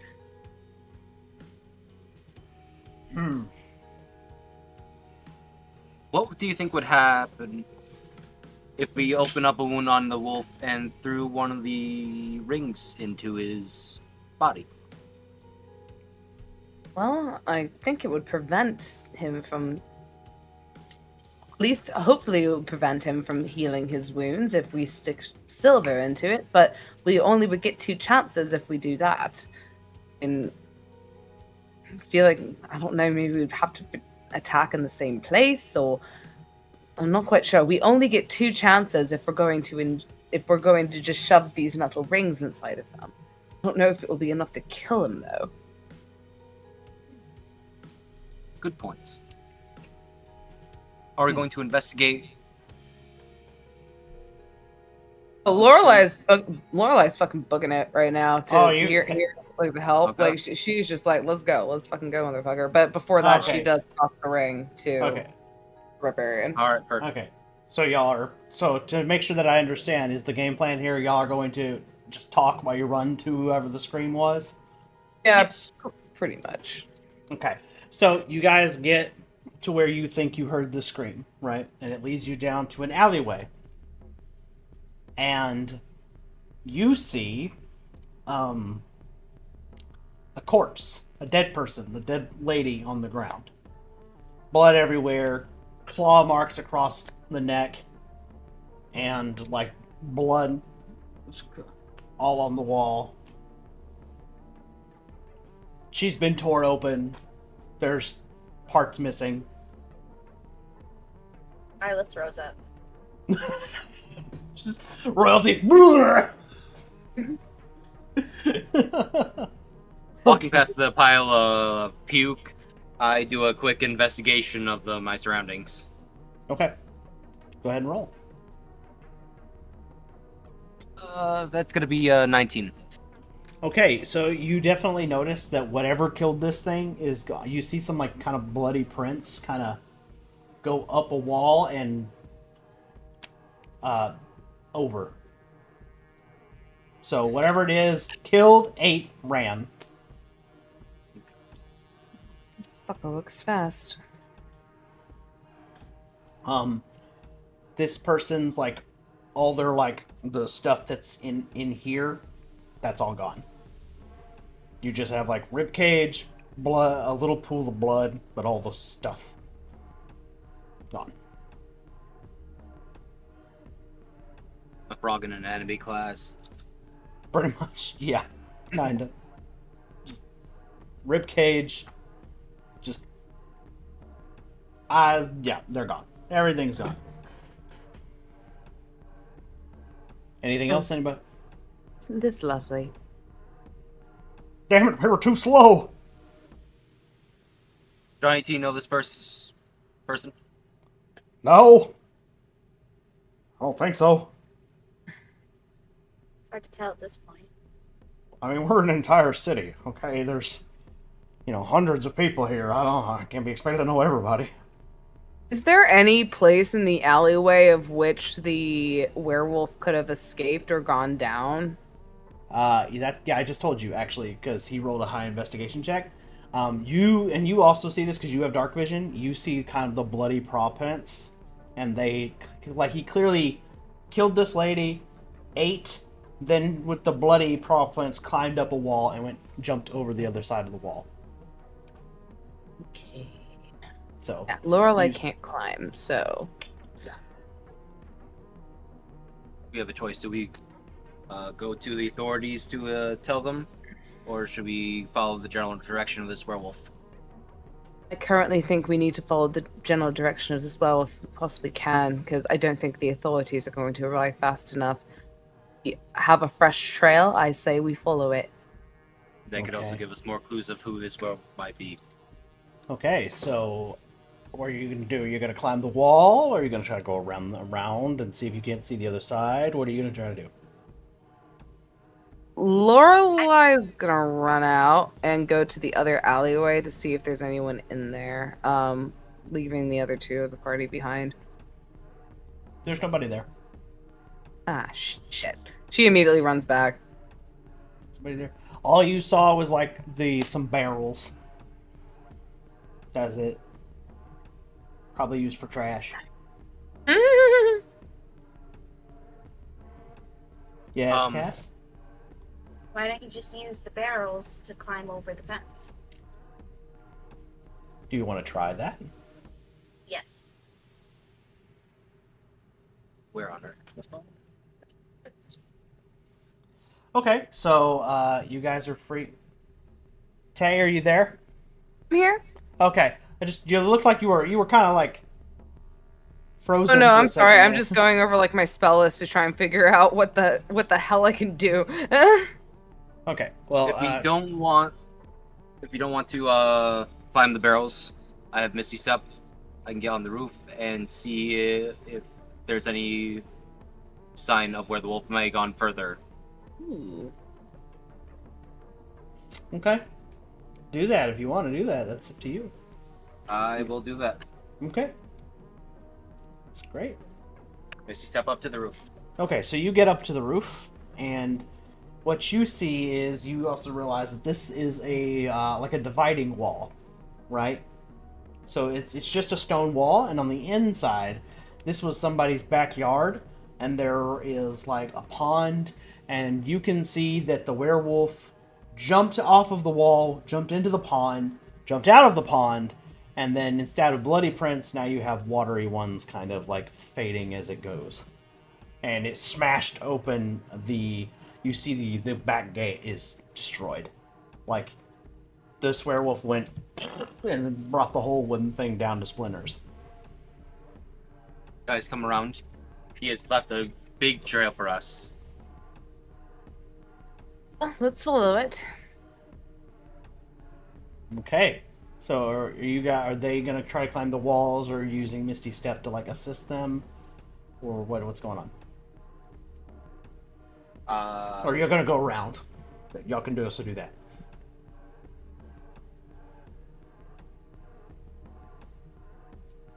This is why men shouldn't be in charge. do do do do do do.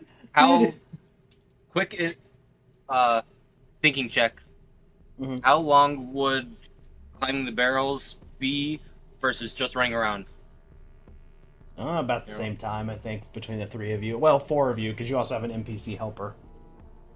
I say So just go run around. Okay. And do I have to roll anything to climb down? Nah, I think you can. I think you'll be fine. We'll let you just calm down. Thank you. Mm-hmm. As funny as it would be to see you kind of like fall, or potentially, I think for the story, we'll say you get done just fine. Take 66 falling damage. Jesus fucking Christ! All right, so you guys walk around to the other side of the building really quickly. You just kind of run over there. It's about a block, maybe two. Give you all a vague idea of what the distance kind of place you're running to. And I imagine are your characters running or walking expediently? What are y'all thinking? Y'all gonna run over there, or are you gonna walk just briskly? I'd argue running.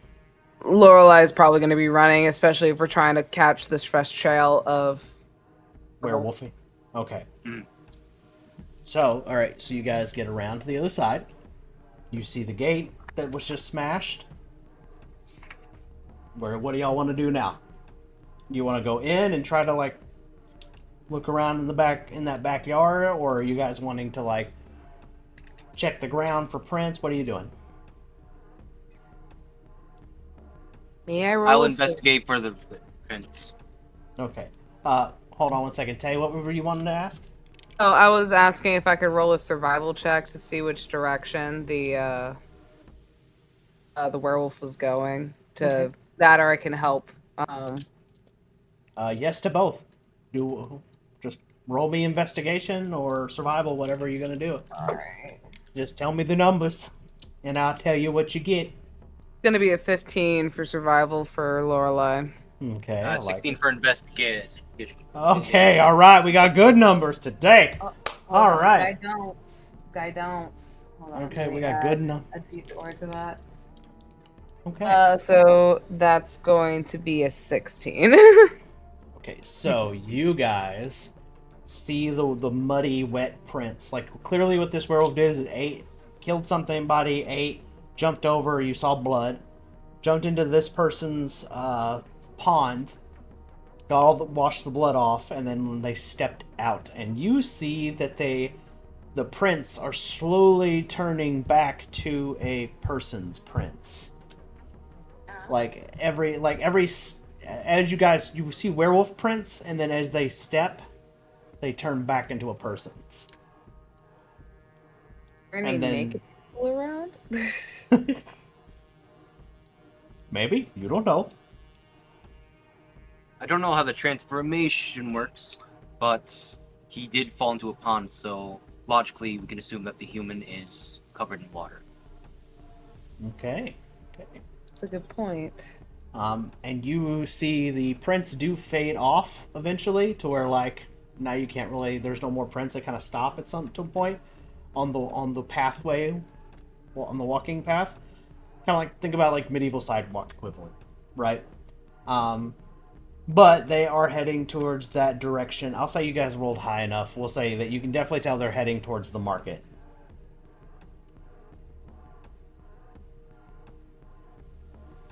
So we we should have to head run to right them now. Say what? I tell them we have to run right now. Did you run? Lorelai's fucking booking it. Okay, so is Lorelai booking it towards the market or where away? What do you have? Towards wherever the footprints are going to, because she's gonna try and see if she can see anybody who is soaking wet currently in their human form, whether they have clothes or not, etc. But if the tracks are heading towards the market, that is where Lorelai is going. Okay. So Brian, you question. get. Go ahead.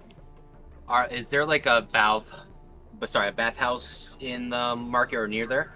Look around. Go ahead and roll me what do you call it? Not investigation. A perception check. Look around.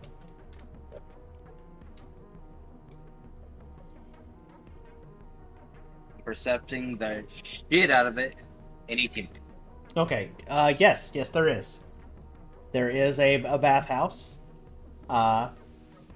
It is gender neutral, all inclusive. But yes, As all things should be. As all things should be. Yes. So yes, there is one on the path. On the I speak English, I swear. It's yes, there is a bathhouse. Don't worry, Brian. That's exactly how I feel. I'm hearing my voice as I talk, and it's messing me up the entire time. I'm sorry. Should we head to the bathhouses first? They're going to the bloody bathhouse. Well, everybody is wet. God damn it! And Lorelai's just gonna grumble to herself as she like growls behind her teeth. And she is, I guess we go to the bloody bathhouse. Okay. I might mention, I do have detect thoughts. Oh, okay. And I will say Lorelai is going to be looking for somebody who is soaked but does not have steam coming off of them due to the fact they went into a cold lake instead of a hot spring. Okay.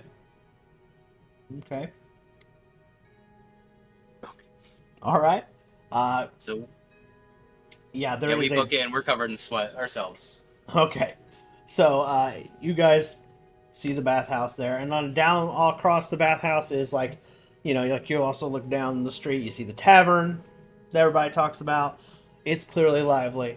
You also see that there are still some of the shops. They're still open.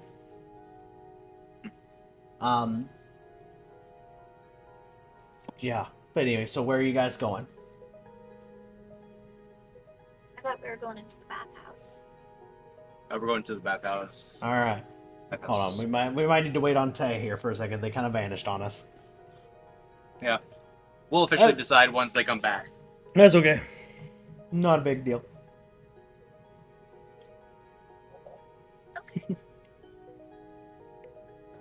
This was my plan all along. I wanted you to be stuck with me. Oh, They're okay. never coming back. Never coming back. It's just you and me, Cass. It's how it was meant to be. I was watching you sleep last night. I knew it. I thought I felt an unsettling. Not in a creepy way. It was in a Don't really lie to normal me. way. Don't lie to me. I was watching her watch you sleep. Heavy breathing.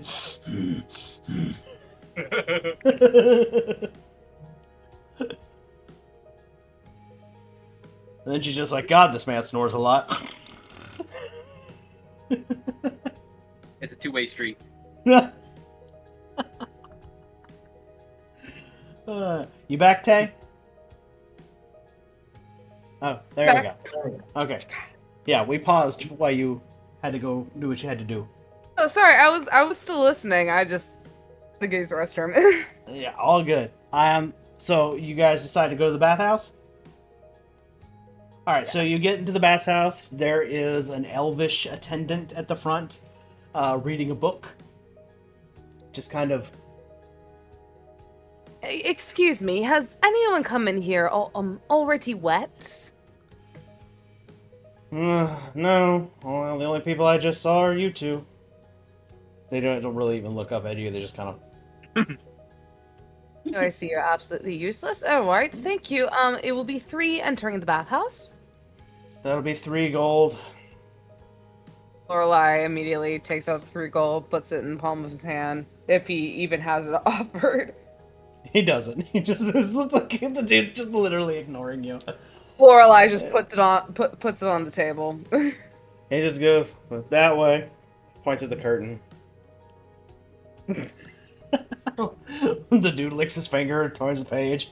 All right, so.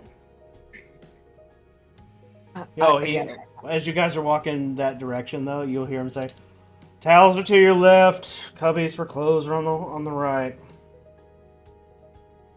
So this is a gender neutral bathhouse, or Neutral. is this okay? Gender neutral, yeah. Everybody, Really, yeah.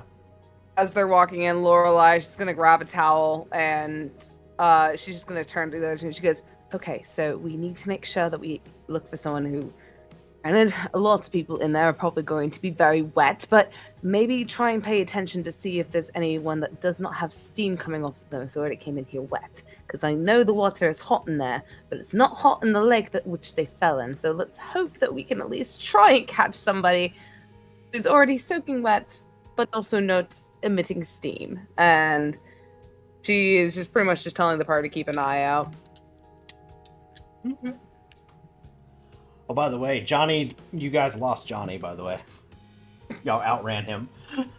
He's not there with you. Where did Johnny go? I knew it was too quiet. How did Isla beat him? How did what?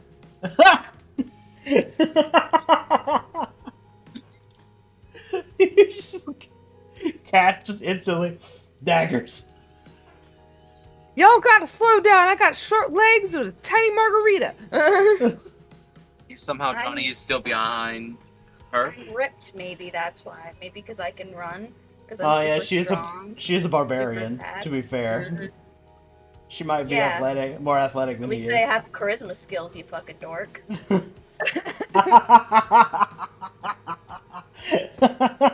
I made your character. I know your charisma level. Oh my goodness. Fucking fight you.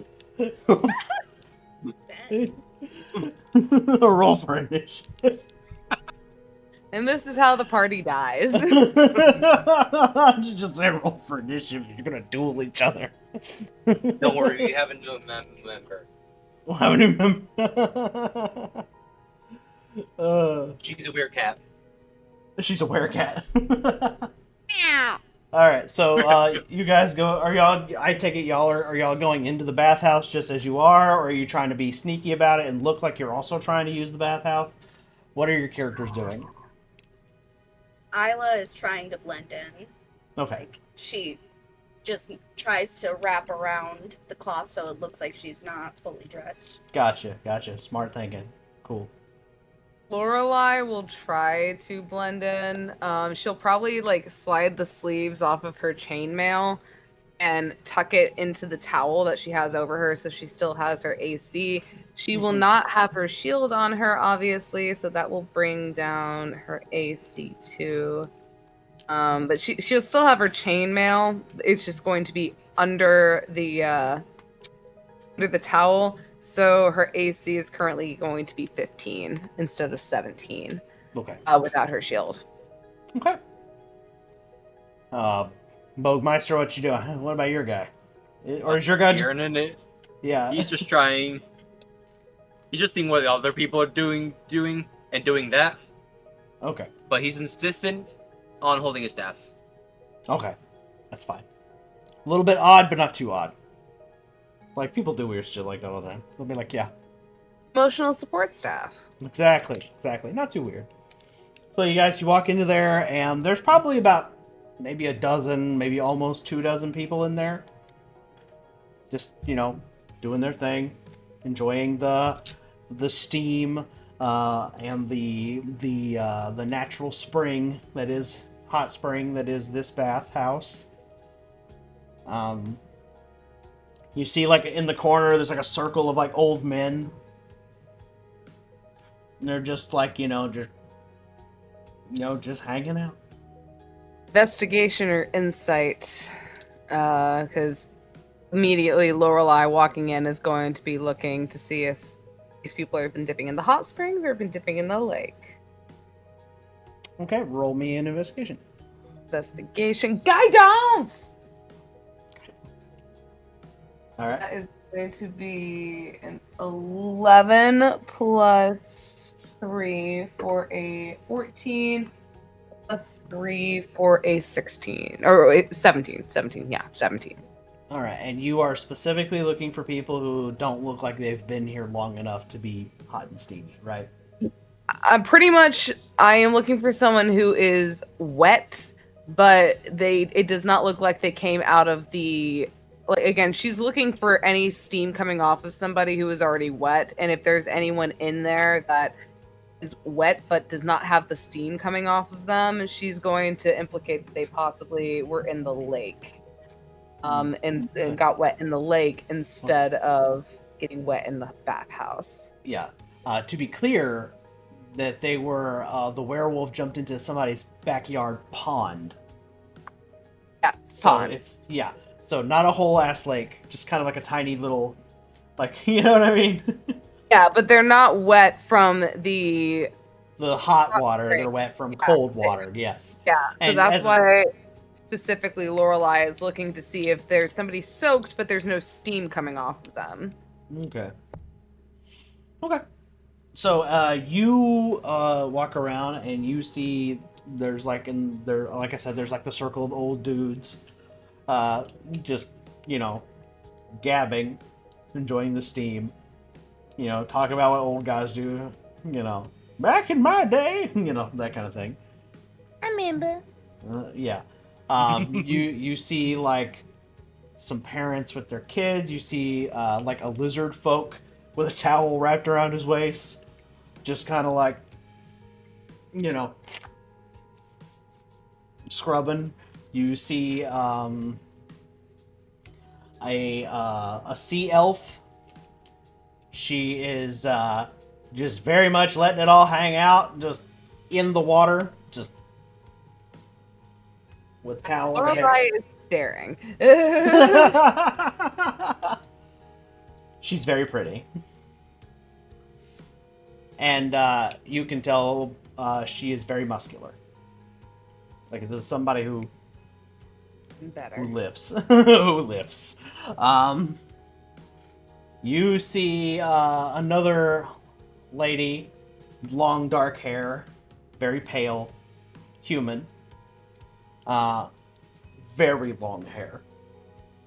And she's just kind of in the middle, in the pool part of it, like, just kind of like up to her freaking nose, just has this expression of like, on her face. Like this is the, like something is like, soothing her sore bones or something. And you see like her long hair is kind of floating because it's like really like this lady's hair is really long. Like we're talking, goes all the way down to like Lady Godiva long. There you go. To give you guys an example.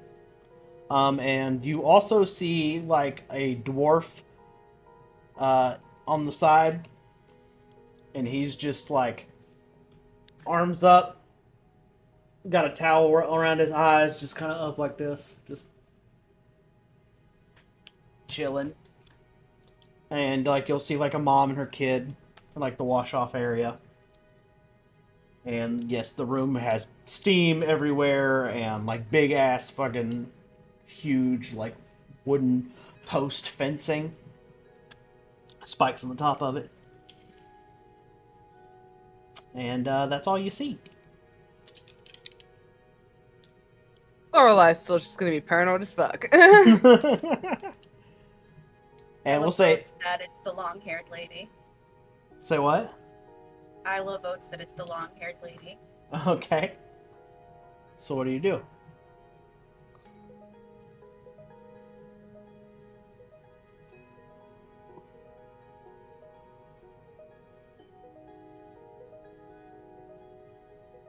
She both said it's the long-haired lady. Well, Come on. we still have the silver rings with us, right? Yes. Okay. So pretend to knock into her. Like, oh, sorry, I tripped. And if she reacts to the ring badly, that's how you know that that's the werewolf. and you can just pretend like, oh, I'm just happened to go into a bath as well. Okay. So is that the plan? Is that what you're gonna do? Is your character just kind of? That's what I propose. Yeah, Guy I'm fine down. with doing that. Okay. Added. I'm okay with stripping and barreling into a lady. It's fine. Aren't we all okay with that? I love that. I'm not Guy going down. there. So add a D4 to whatever save roll or roll you're making. Okay. Let's see here. I'm gonna say that we'll make this let's make this a performance check, considering like What's this? this is kind of a little bit of theater because like you're pretending to bump into her with the ring on to see if there's any reaction. Got a 3. You got a 3. Okay. You try to bump into her. You try to bump into her when you got into the pool, and instead you tripped over a stone you didn't see and just go face first. Completely didn't even touch her. Just he kind of splashed some water at her, and she just kind of goes, "Oh." Waddles away. Lorelai is then going to follow upon seeing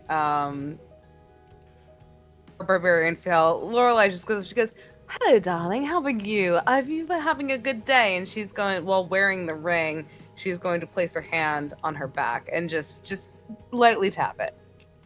Okay. She just looks at you and goes, "Fine, thank you." Oh, that's wonderful. She then turns to the group and just goes, "Okay, it's not her." She doesn't have any adverse reaction or anything. And she kind of looks at you funny because, like, in my brain, you're still wearing your mask. Yeah, she is still wearing her mask. So she's kinda Lorelai like- always keeps her mask up. For the most So part. she's the mask lady in the bathhouse. Just, DM. Yes. As the thing with Isla and Lorelai happens, I am going to look around the bathhouse and see if anybody's suspicious. Like maybe leaves the bathhouse or like looks suspicious, you know? As you look around, actually roll me a perception check.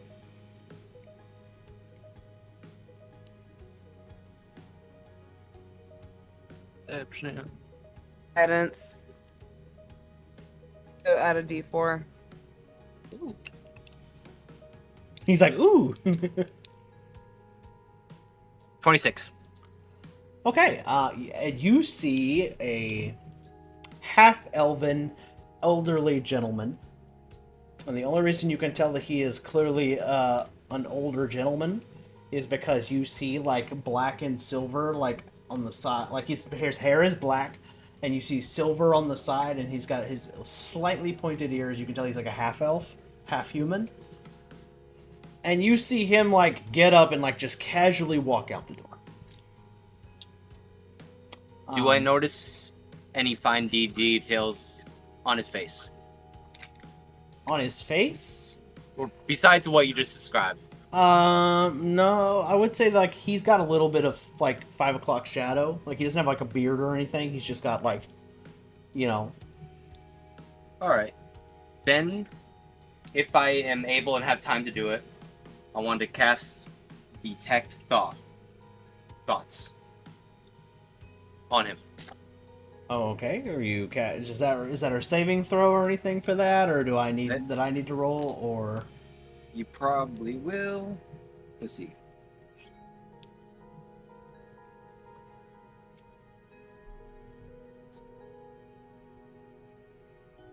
As an action, you can either shift your attention to another creature's thoughts or attempt to probe deeper into the same creature's mind. If you probe deeper, the target must make a wisdom saving throw. Okay, so this is just surface level thoughts then that you're after. I say sure, yes. Okay, so this person thinking, you hear thoughts like, "Oh, I needed that soak." You hear him think like, "Oh, it's gonna be a long day tomorrow." That's about it. Okay. I just let him go. Okay, you let him go. All right. as that happens, in comes barreling Johnny, who didn't even bother to like pay the thing, and then he just walks in there after he goes, "Okay, I'm ready. Oh god, you guys are fast runners. Oh, holy, Look, you finally caught up.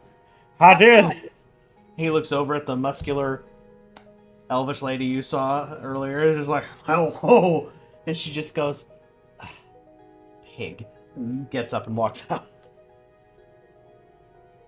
Hey, wait! Forget it. It's hot in here.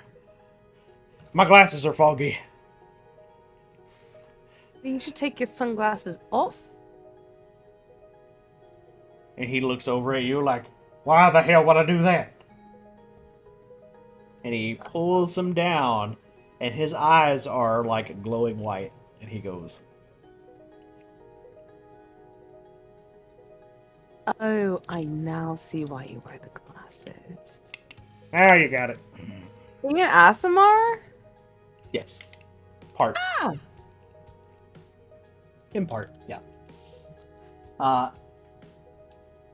So Johnny just kind of goes, I ain't no walking around scaring people either.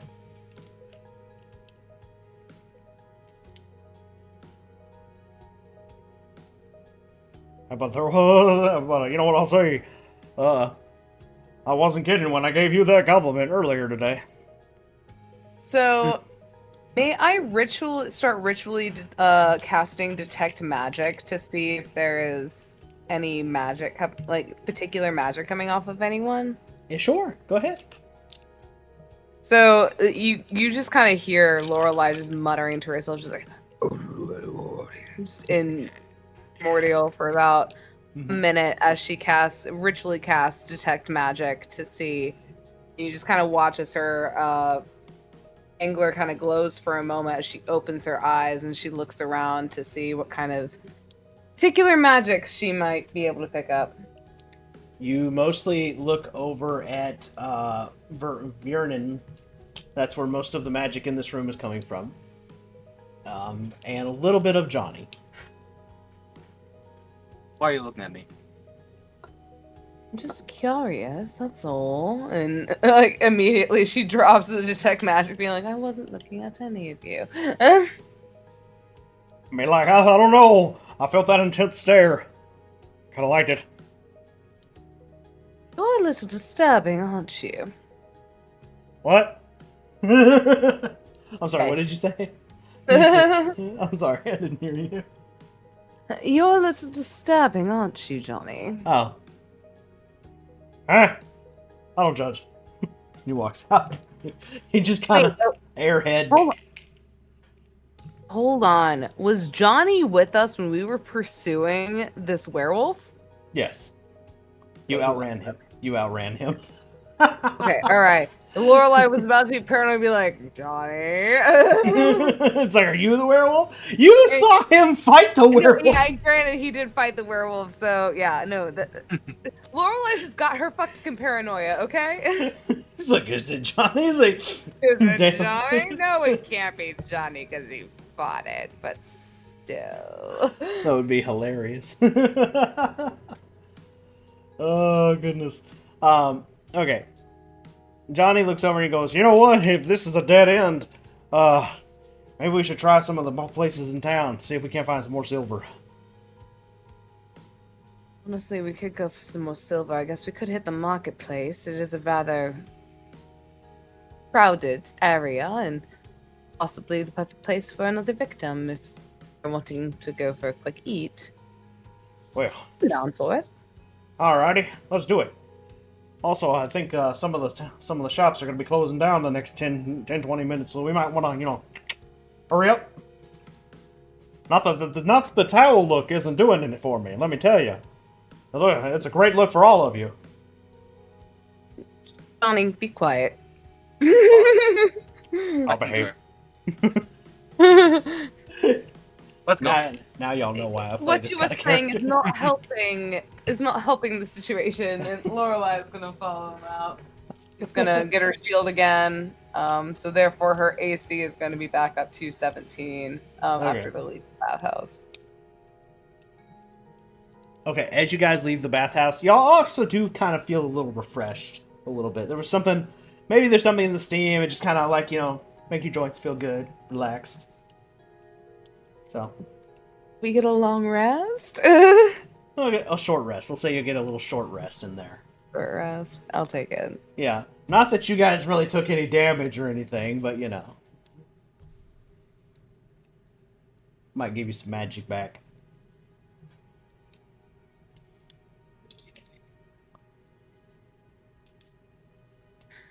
Okay. Hey, I got 17 hit points back that I didn't lose. Where do you guys want to go?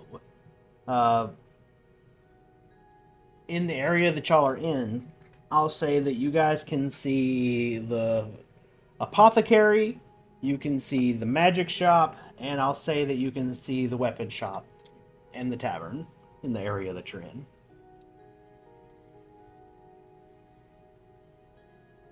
So where do you want to go? Lorelai it's is never going through the- okay. Oh, go ahead. Oh, go ahead. Bogey, You go ahead. Bogey, you go ahead. What are you going to say? I know it's not okay to split the party, but I'd suggest you guys go to the weapon shop, and I will go to the magic shop. Okay, we can do that. If we hear any screaming, we manage to go towards it, hopefully. If we even get a chance. But Lorelai will be going and checking out the weapons shop. And she's also, while she's going through the market area, she's looking for anything silver. Okay, Johnny will go with Viernan. I think that's how you say his name. Is that Viernan, correct? yes. Viernan, to go with you to the magic shop. So And you all can call me just Veer. Veer. That's Veer, easier. Veer for sure. Veer. Yeah. Cool. All right, so we will cut to the ladies. We'll let them go first, then we'll have the gentlemen. So, ladies, you guys go into the weapons shop, Shields and Shards. Is that where y'all agreed? That's where y'all wanted to go? Mm-hmm. Okay. You walk in there, and there is this very large Warforged dressed in, like, maid-ish attire. And she is dusting the, some weapons, and she's got, like, this, like, blonde wig, kind of grayish blonde wig. And she turns to you and goes, "Oh, hello, dears! Welcome to Shields and Shards! How can I help you?" Still dusting. Excuse me, Miss Warforged. Do you by chance have anything silver? Her name is Mrs. Rustfire. Huh?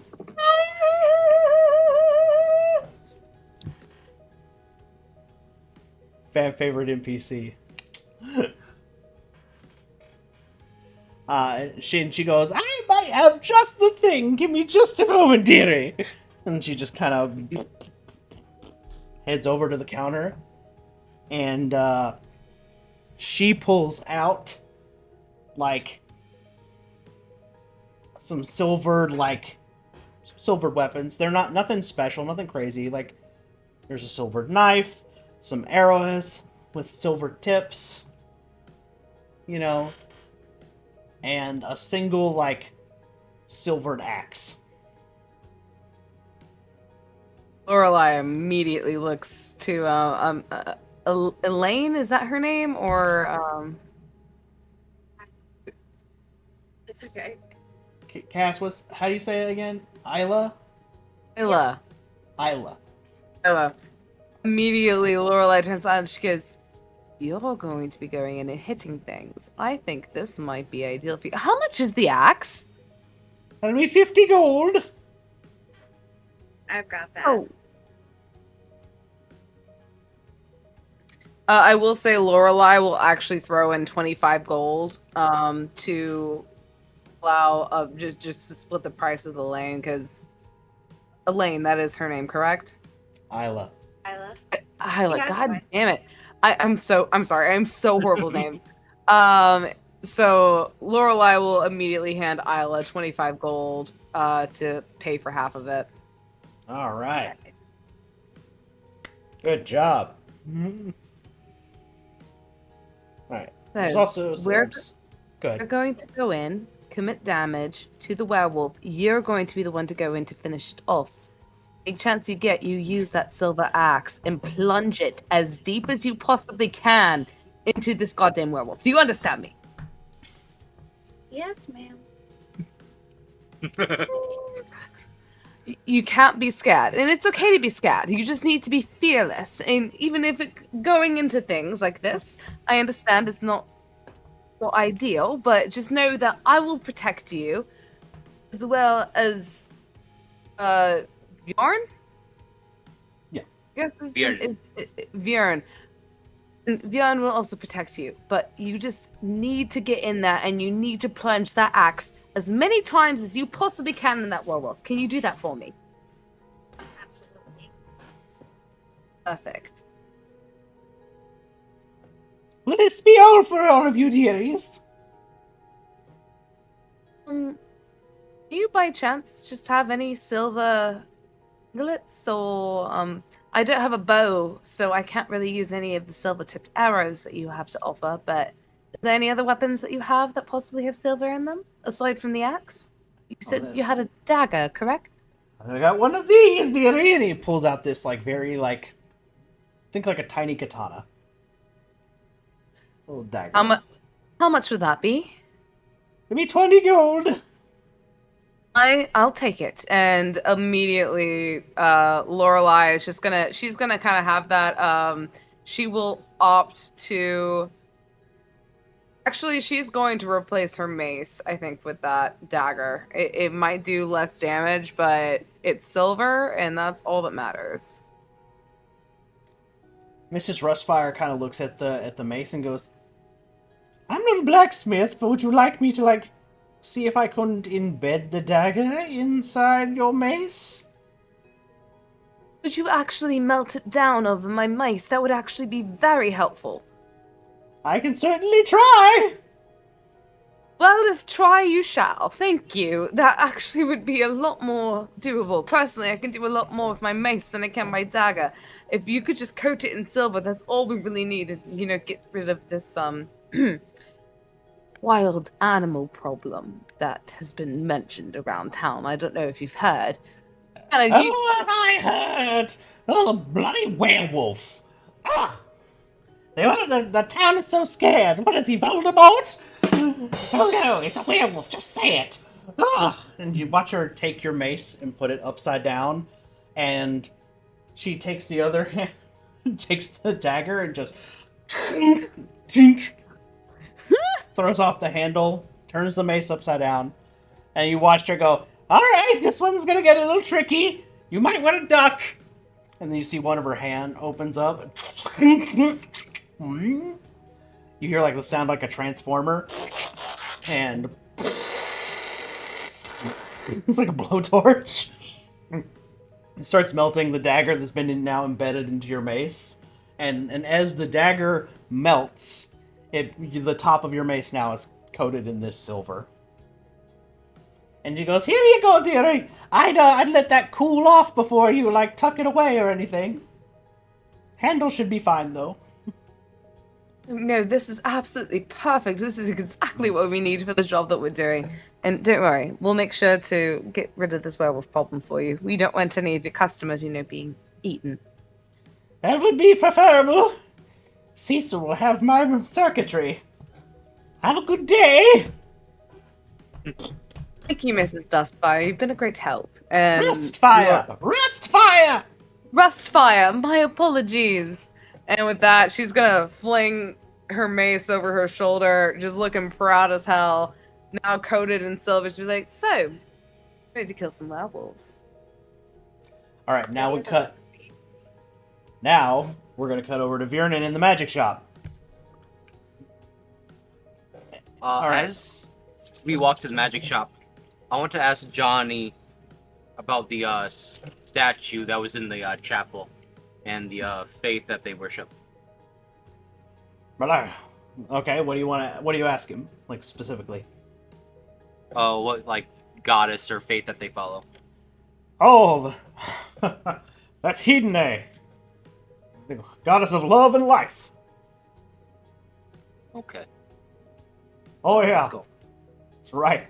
Johnny's a lover more than a fighter. Ha ha! Gives you a little nudge with his elbow. Because he's just a big goober. You are a very curious person, Johnny. You know what? I've been called worse. I know.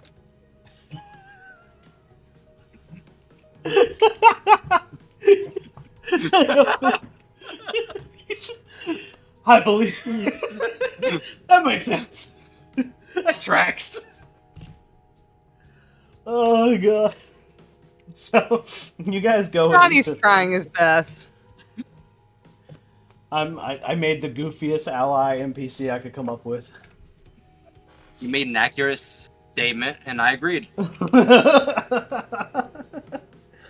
So, all right. So you walk into the magic shop, and there's this elderly gentleman who's just kind of like, he has a book up and he's got a quill, and he's got, what am I wearing Johnny glasses for? He's got these two like little glasses. He's got a long pointed nose, and he's got like this very long, very very bushy white beard, and he's just kind of like,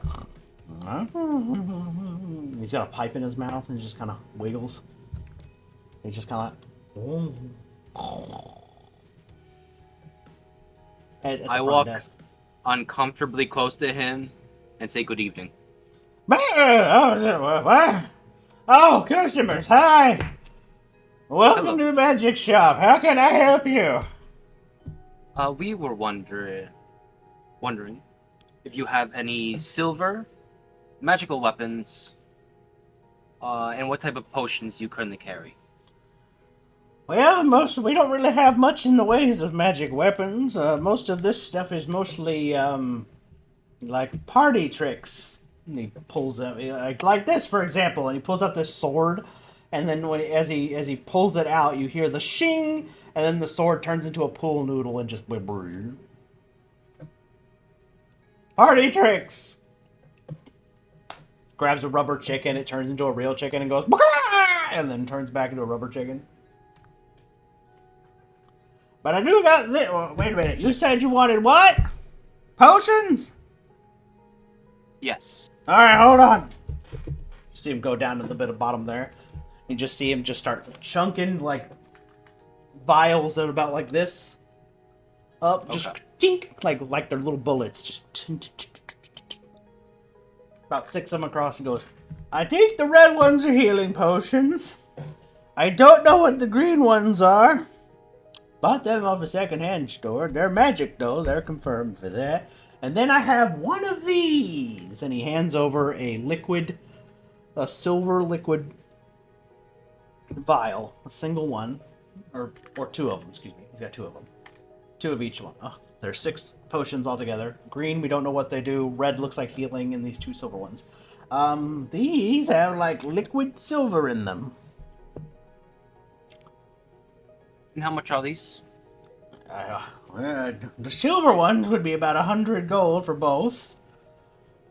And I want 10 gold for the healing potions and 5 gold apiece for the mystery ones.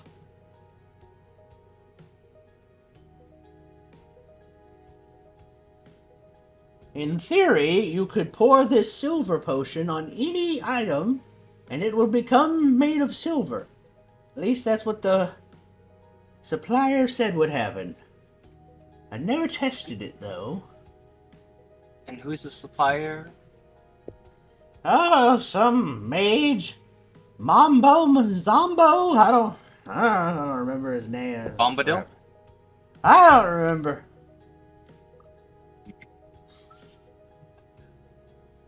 I'll take the two silver vials. Vials. There'll be 100 gold. DM, can you remember or tell me how much the reward was for killing the werewolf? 200,000 gold apiece. So it's big money. I'll take the lot. Alright. So that'll be a total of 130 gold altogether for all the potions. Alright, you get 2 healing potions. You got 2 mystery potions, which you will have to wait to find out what they do.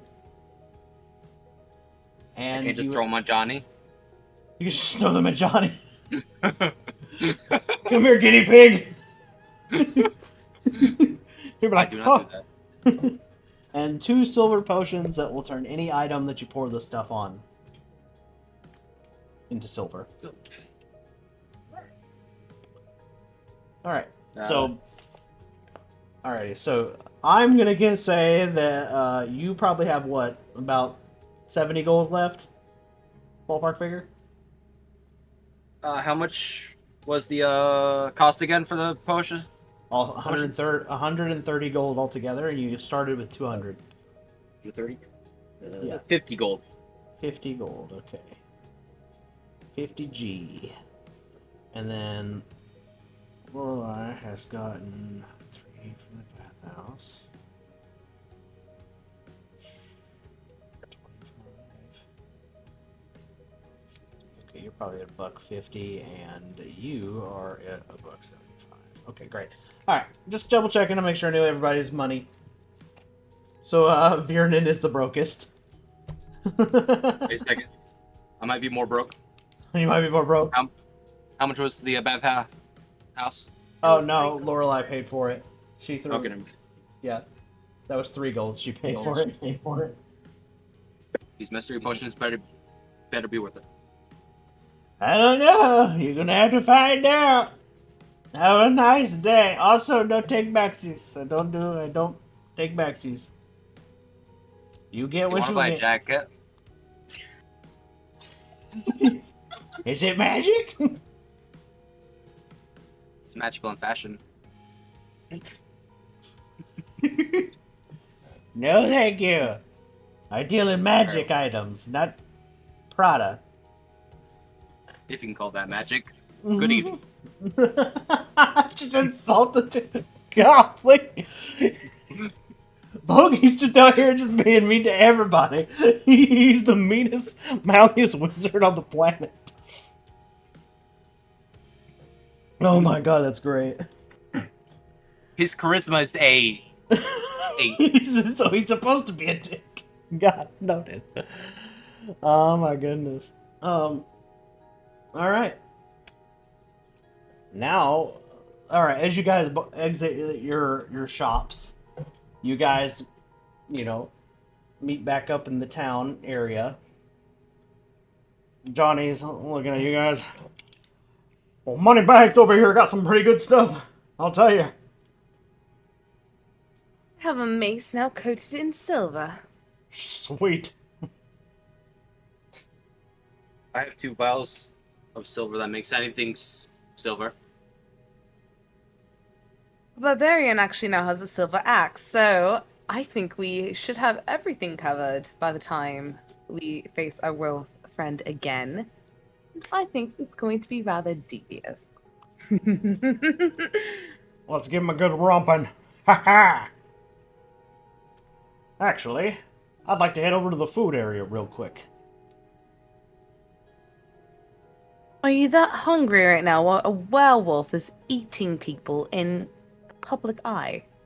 Oh, I don't want the food for me. Could go for a bite. It's not for me. Follow me. For the werewolf? Again. Say what? For the werewolf? Oh, no, I was asking what Tay said again. I heard you. No, it's not for the werewolf. Oh no, she was just asking if she's gonna serve him a smelly sandwich again, and therefore, Thorn chimes in. It's just like, is it for the werewolf? You know what? You're close. Now you're thinking, these things really hate. Look, these things got a very strong sense of smell. I'm thinking we can rattle him a little bit. In case we need to escape again. Cheese? Maybe. But I think we should go to where the food area is and go in the back. See if we can't swipe something that's a little too old. Just rancid. Stinky cheese. He's got the idea. Good idea. Let's go. Never really seen food as a option as a weapon, but honestly, it worked the first time. I got to see why it can't work the second time. And she's gonna follow Johnny. All right.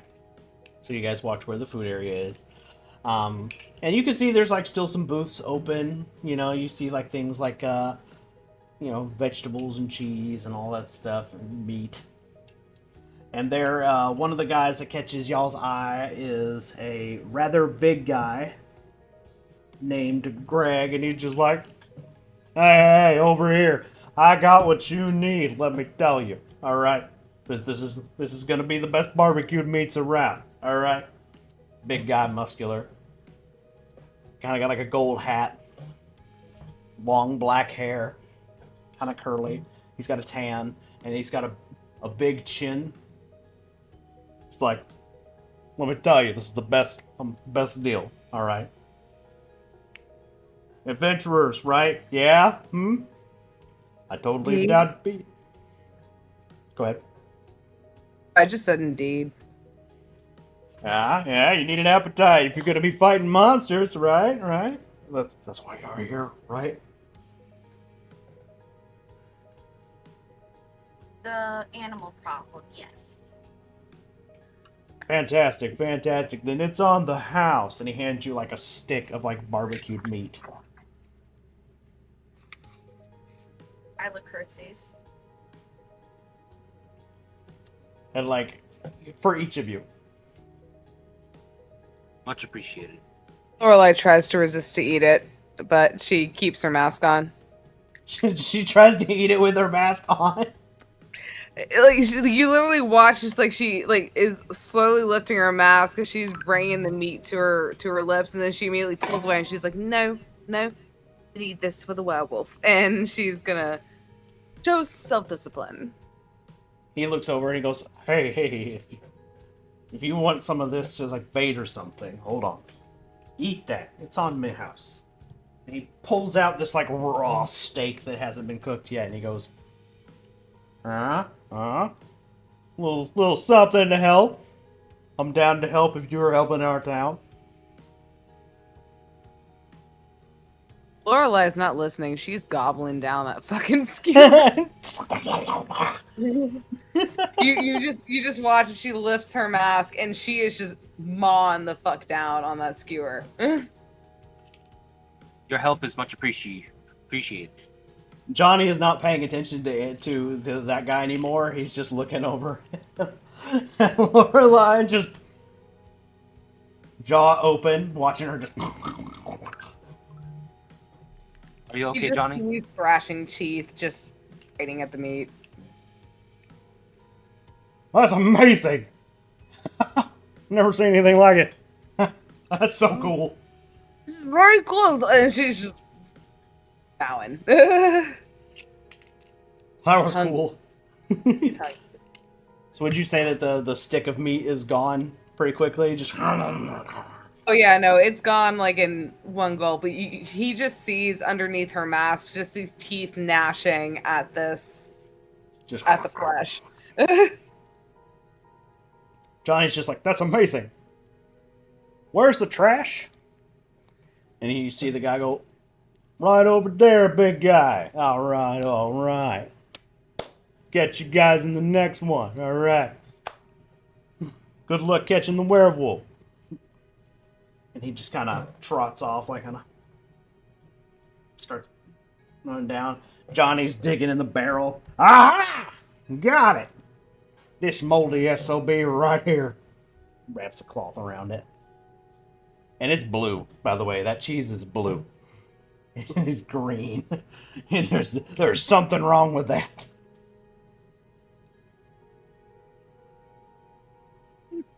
Alright. So, are y'all feeling prepared?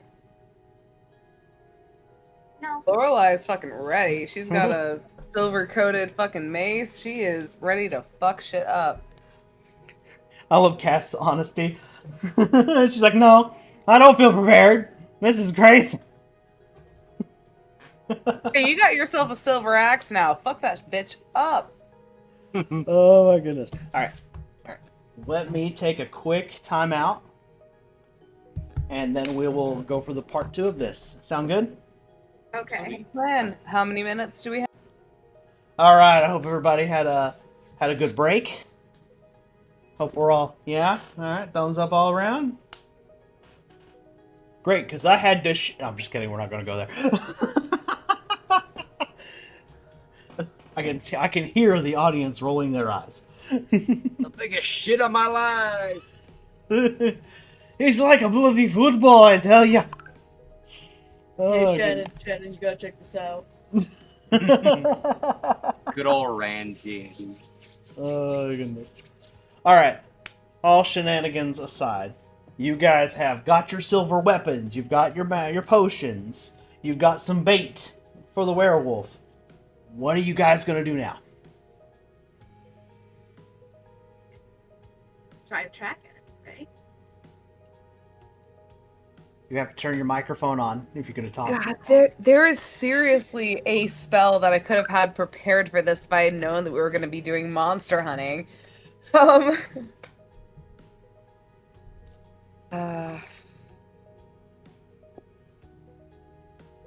Yeah, there's really nothing I can do currently, I think. Aside from like a survival check to try and see if she can track any fence anywhere, but I used up all my second level spell slots. Okay, so now you gotta use all the other stuff. Everything else is full. Okay. Alright. So, any idea on how you guys want to proceed to find this werewolf? But what time is it? In game? Yes. In game, I will say is around 11-ish, almost midnight. I want to say you got about 20 minutes till midnight. Yeah. All these places have kind of started like closing down. The streets are beginning to clear. The only place that's still open is the tavern. Guess we gotta go. guess we can start there. Honestly, I could go for an ale. You get a drink on the way to find the werewolf? Alright. Oh, I'm getting drunk. Is that the only way you're going to fight the werewolf? Liquid courage! Let's go! Exactly. Hey, whatever. Different strokes to different folks. Different size. Oh, God. Oh. Johnny just grins, being like, alright, let's get a little liquid courage, let's go! Alright! He flexes, he does that thing that muscle dudes would do with their pecs where they make them wiggle. He just, let's go! Oh, goodness. Oh, goodness. Okay, so you guys go and you do,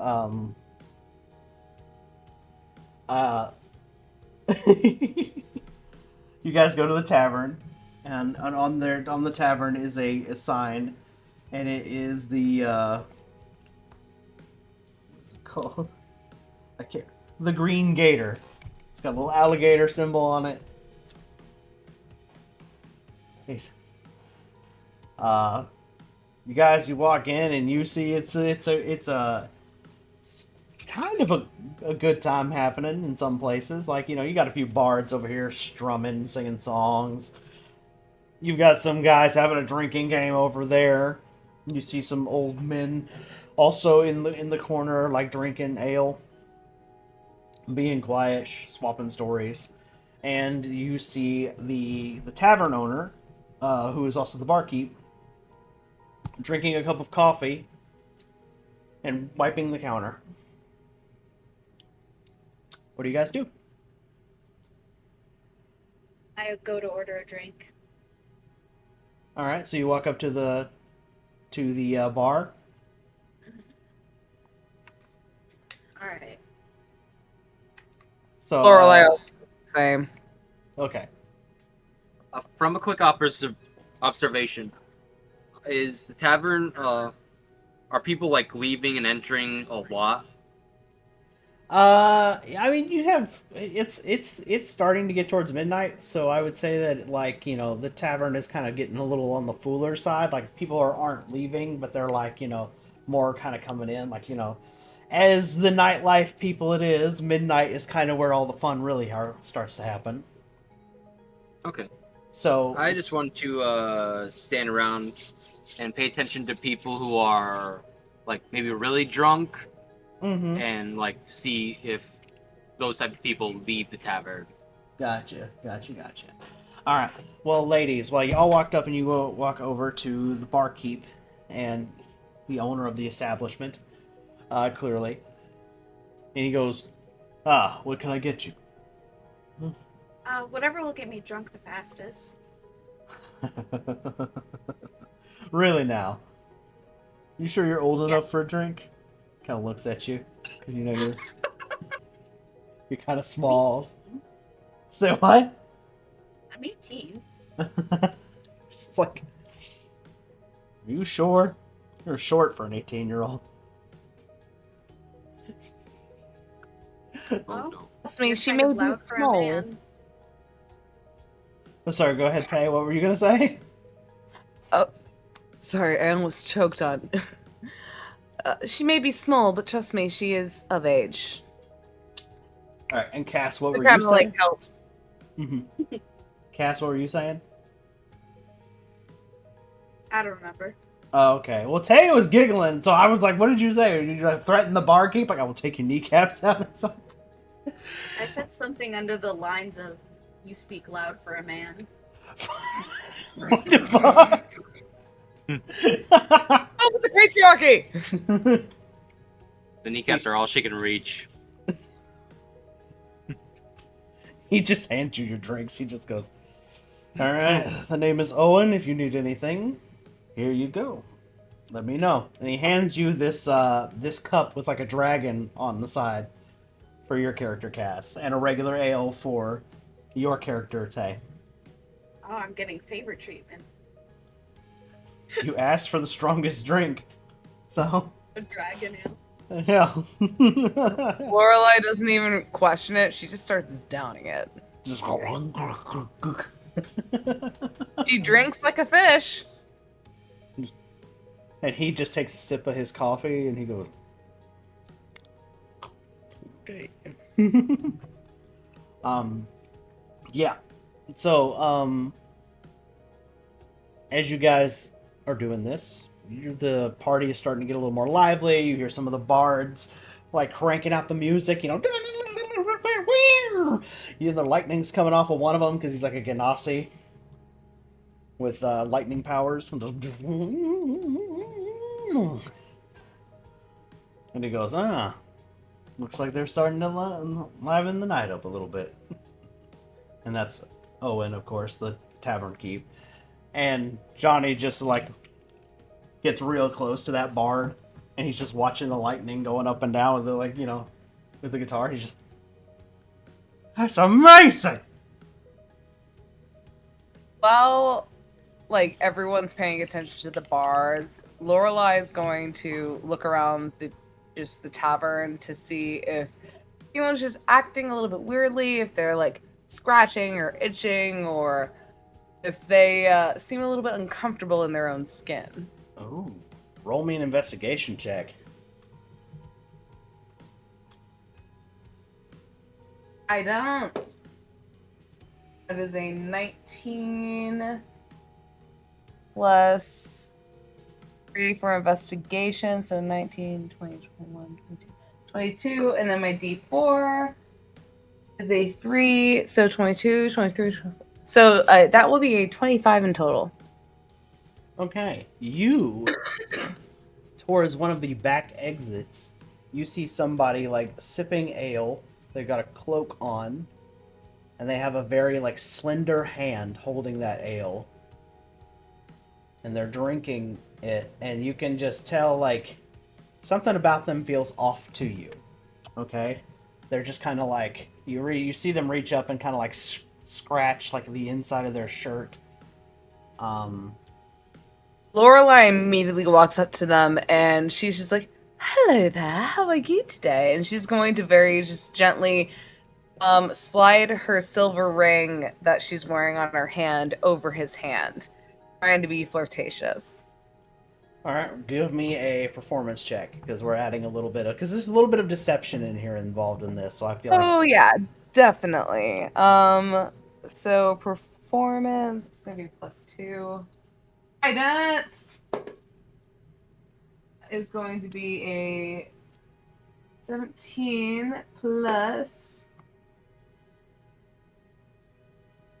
18, 19, 20, 21, 22, 23. So that's going to be a 23. All right, you rub your hand across the top of theirs. Any And kind of irritation? oh yeah. Uh-huh. You hear like the sound of like bacon sizzling as you cross that ring across their skin. You hear a tss, and you just see them kind of and you hear the exclamation of like, it's not a man's voice. And you just watch a big hairy arm pop out from underneath the cloak and like kind of smack you, like backhand you. Do I take any hit damage? You will take 6 bludgeoning. Lorelai immediately, she just takes the hit and she kind of shakes it off and she goes, oh dear, I'm so sorry. I didn't mean to hurt you, did I? And she immediately locks eyes with this individual and just these void black eyes are looking at this individual as she then takes off her mask and gives a very big toothy smile and she goes, I really didn't mean to hurt you. She absolutely did, but All right, so you just watch this character go, not here, not here, and the voice gets deeper and deeper, and then you watch them get, their hand gets bigger, and their arm hair starts to get like thicker and darker, and she's like, no, and she runs out the back. she? I said it wasn't a man's voice that you heard. Oh yeah. So Lorelai immediately is like, that's what we're going for. Let's go. And she immediately waves her mace as she just, over the music, the chaos, she immediately looks at her other 2 party members and she is booking it. Okay. After this email. All right. Cass, Bogue, what about your characters? Do you just follow suit? Oh yeah, running right after her, axe in hand. I've been looking out the entire time, so I'm assuming that I already saw the altercation, and I'm already with her. All right. Johnny saw the silver mace go up, and like he's like, "Oh, shiny! I better go." You know, he didn't see the Wolfie altercation, but now that y'all are running, he's gonna get to it too there. Lorelai's taking her shield off of her back. She's arming it against, like, she again is taking her shield and her mace in the other hand as she slams against it. And she goes, as she's chasing this motherfucker, she goes, we know what you are! And she is booking it. Okay. All right. As you guys are running, you see her like zigzag down these alleyways trying to escape you. And she's just like, oh, and you're just watching this very tiny framed woman. Because you, especially Lorelai is catching it. Because, like, obviously she's the one who's in the front of the pack running. It's probably going, I'm assuming that it's going Lorelai, Viernan, I will Isla, use my action Johnny. to dash. Like, Lorelai is locked in. That bitch is locked in. All right. Yeah, that's fine. As you guys are booking it and going around corners, and she's trying to get out of the city, and you just see, like, it starts going on all fours, just getting bigger and bigger and bigger, and you see eventually a cloak just comes off. Just, and now you have your giant ass werewolf that is still kind of growing, like still going, like they transformation into the werewolf form, but they're still getting bigger, but as they go. And they head to the graveyard. And past, and I assume everybody's keeping, is that correct? Everybody is keeping pace? Yep. Okay. Cool, just double checking. Johnny's at the back of this thing, huffing and puffing already, like a dying rhinoceros. Wait for me. You gotta keep up, Johnny. Let's go. And she's slamming her mace against the shield. Okay, I'm here and doesn't me. Ah! Why are we doing so much running? Oh lordy! All right, so you guys follow the werewolf right to the past the graveyard, and there is like a rocky area, like a mountain area, and the werewolf has nowhere to go. Except, so she turns around to like trying to pick a different spot, and there you all are, in the walkway to get out. And you just see this werewolf like, fully transformed, eyes as red as crimson and glowing, huge fangs, just. All right, I need everybody to. Here we go. We're gonna roll initiative. And here we go. And I believe it's going to look something like this. Let me just move everybody around. 13 for Lorelei. We're going to put this over here. Okay.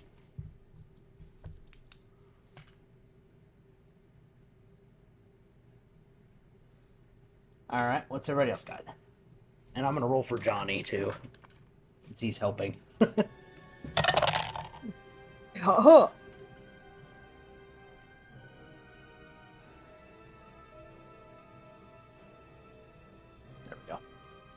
All right, Cass, what'd you get? We're rolling initiative. 19. 19, okay. And Bogues? 16. 16, okay. So it's going to go in the order of... Cash, you're going to get first move.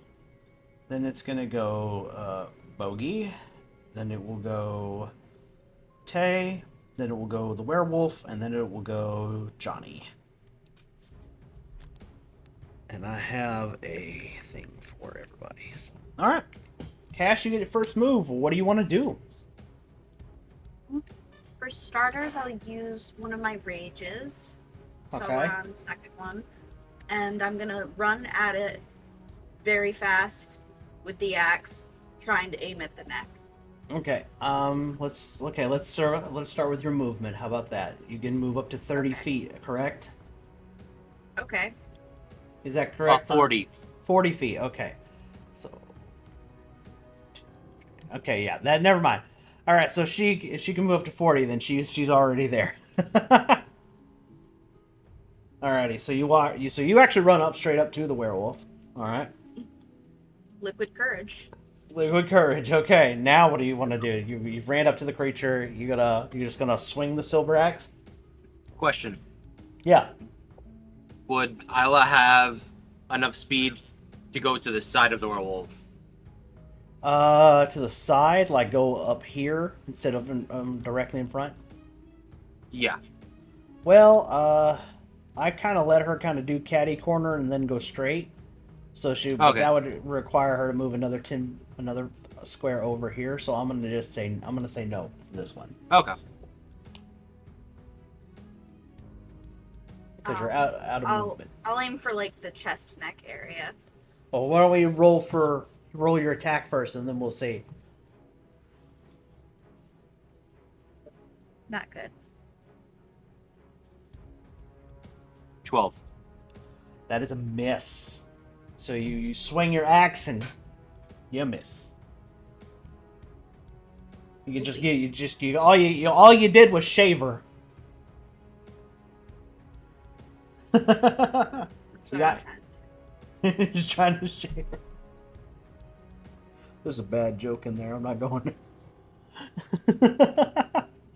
All right. I think that's everything Cass can do. I think you've done your movement, your bonus, and your main. I think that's all you can do this round. I believe the next one is Bogey. So, Bogues, you're up. What are you going to do? First, I'm gonna Question. I didn't do Would it. handing someone a potion be a bonus action? I'll allow it. All right. I'm gonna walk up to Johnny, Uh-huh. or run up to Johnny, Okay. and hand him one of the mystery potions. Okay, great. He's like, oh, fantastic. I don't know what this does. I'm gonna assume I shouldn't drink. I'm gonna walk up to him. Uh-huh. Oh. So, basically, I'd be where Johnny currently is. Okay. Well, I just moved him up closer to give you guys a better representation because he's like right behind you. Okay. So, yeah. So you. So guys... I'm gonna be with the rest of my movement. Mhm. I'm gonna try to run to the side Okay. where I would have a clear shot Okay. of the werewolf. All right. So what's your movement? 30? 35? Double check real quick. 35. Okay. So that's gonna put you like about right there, ballpark figure. Like, I'll be trying to run in a way that I'm not in front of Isla, if that's Yeah. possible. I can do something like that. That's good. A little catty corner, but you're still because you guys kind of go up a hill and around, and then it's like a cliffy area right here. So I am going to cast Firebolt. okay. See. That's going to be a natural 20. Okay. Oh, Oh. let's go.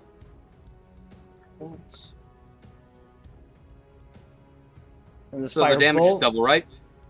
Yes. Is this fireball or firebolt? Firebolt's the cantrip. Mm-hmm. Yeah, it's double damage.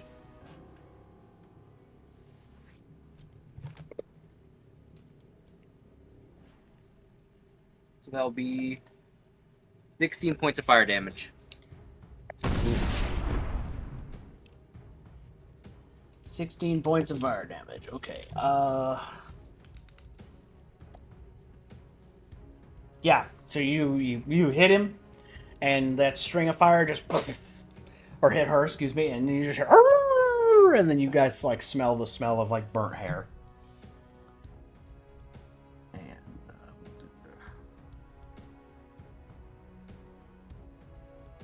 okay. All right. That's my turn. Yeah, all right. That's it. All right, cool. Tay, you're up. What are you gonna do? All right. So, I'm trying to see. So, Lorelai is going to be moving kind of catty corner to Like- barbarian on the other side. Yeah. On the other side. Okay. No, sorry, the other side. Hold on. There we go. She's still gonna keep her distance, though. Actually, she's gonna kind of be staying near Johnny as she is going to cast Fireball. So she's gonna be like over here. Would this be a better example? She would probably be like below Johnny is where she would be. Like because she's moving around to make sure that she keeps. Oh, okay, gotcha. Okay, but yeah, you have to remember this is like a cliff area, so you have to get this is like uphill, and this is like rock. So I don't think... She'll probably take a step forward in order to on the other side. Yeah. So she'll so down one is where she would be. Okay, but here's the thing. This area right here is rock. It's like you would be here and everybody else is up here. That kind of thing. Okay. So she'll try and get on that will be and so do you want her to like come over here on the edge like that? Yeah, that works. Okay. Cool. And she's going to cast Fireball. Okay. Aiming around here, I assume, to like, so that your teammate doesn't get burned. Actually, I don't mind. if she could possibly aim at the rock cliff, if there's any rock cliff above the There werewolf. Right around, around here, yeah. She will aim it right so she can avoid hitting our barbarian and our wizard. She's going to hit the rock cliff and in hopes of shattering rock and having it just completely cover the werewolf, or at least slow the werewolf down or make it difficult terrain. Okay, let's see what kind of damage you do first. All right. Hey. They're gonna have the rock cliff is gonna have to make a dexterity throw of 16. Well, that's not gonna happen. So okay. So yeah, the rock cliff starts to give way. I guess it would be up to you, DM, as to what kind of damage you would want for this werewolf to take for the rocks falling on them. Okay. When fireball hits, what's the kind of damage it normally does? Fire damage. I would No. Like the amount. Oh, 8d6. All right, roll me 8d6. Yay! Ichi. Me. San. Yo. And I will roll for the falling rock damage because I assume some of the flames are also going to hit this werewolf. Oh, where is? There it is.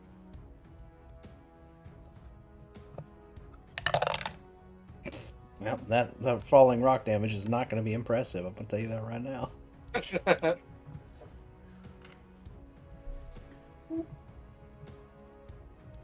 Where the fuck is it? I know it's in here. Oh, there it is.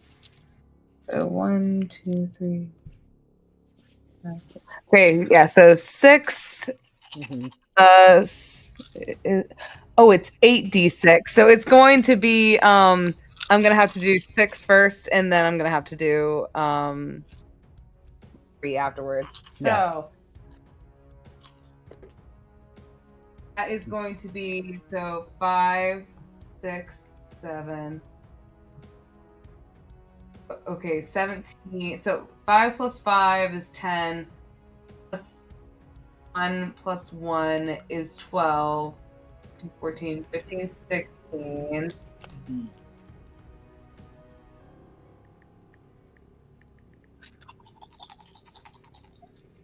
16, 17, 18, 19, 20. So that's going to be 26 points of damage. Whatever damage you deem fit. Alrighty, it takes 26 points of the magical flames altogether, and I rolled for the falling rock damage, so one piece of falling rock. Just yeah, let's go. So 27 points of damage altogether. Let's go. Oh my goodness. And as my bonus action, I would like to cast spiritual weapon. Okay. And I'm going to cast spiritual weapon on 3rd level. Mm-hmm. And that's going to be a +8 for my attack. Mm-hmm.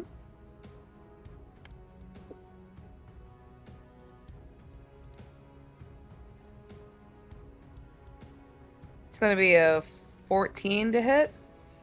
That is a miss. That is a miss. So the spiritual weapon does manifest, and you see this Triton, but it goes to attack, and it just absolutely Werewolf dodges it easily. Just whoa, woo! Just not again. Oh woo!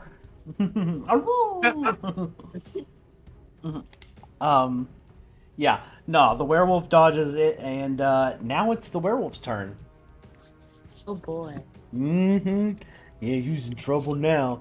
All right, let me pull this over so I can look at those stats for this beast. Alrighty. Got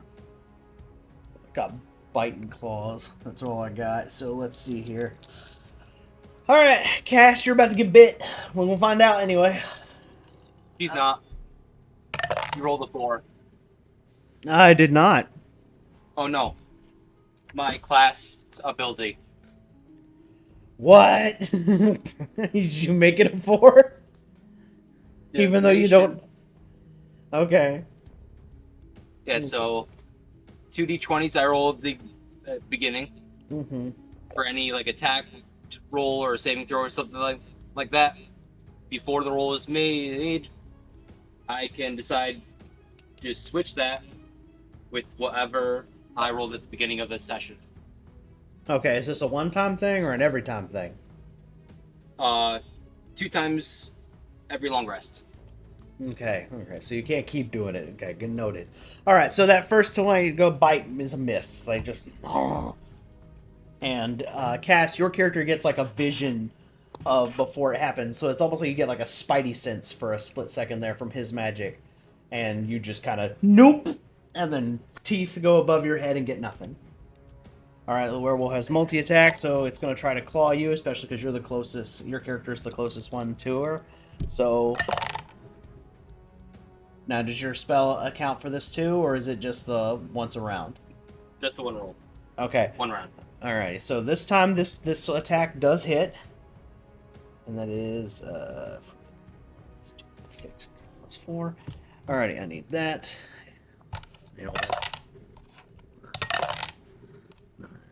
Okay, you take 13 damage, Cass. Altogether. 13. Okay. Yeah. I don't know. 13 out of what? Out of your HP, which is at 75 currently, and you drop to 62. Okay. Thank you. Alrighty, and can you make me a con save real quick?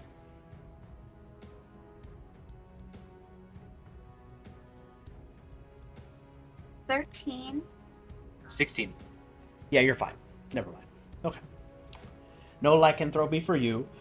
Johnny runs over as far as he can get, and unfortunately, he was at the back of the pack, so he gets about 30 feet, which puts him about a little bit around where Bogey's character is, just on the other side. And he's just kind of like, damn it, I can't get close enough. Shit! He's just gonna have to stop there because he can't get close enough to the battle yet. So it goes back to Cass. What do you want to do? I'm gonna try to aim for the chest. Okay, go for it. Okay.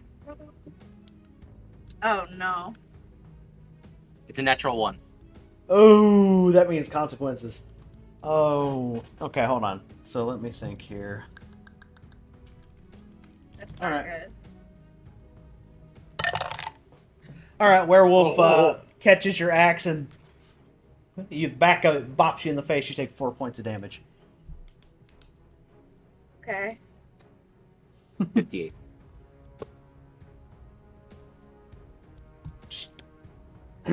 Clunk. Princess is just like, oh, I know. I'm doing the best I can. I'm just a girl. You're doing a badass. You're doing it. You're a badass. You're the Yeah. barbarian. I wonder who would have suggested otherwise. Run, Bogey, run! She gonna kill you, run! I'm the baby, I'm fine. Use the cat as a shield. She can't kill me while I'm holding the fur children. Oh, goodness. Alright, so Cass, do you have anything else you want to do this round, or is that it? I don't think there's anything else I can do, because I don't have magic. Any bonus actions? I'm not familiar with your character, so I don't know. I'm looking at the chart now. It doesn't have anything. Okay. Then you swung. That's all you can do right now, so Bogues, you're up. Oh, wait a second. Oh, wait, no, you got something for her she can do? I mean, she could obviously move. Something to help. She's in a rage.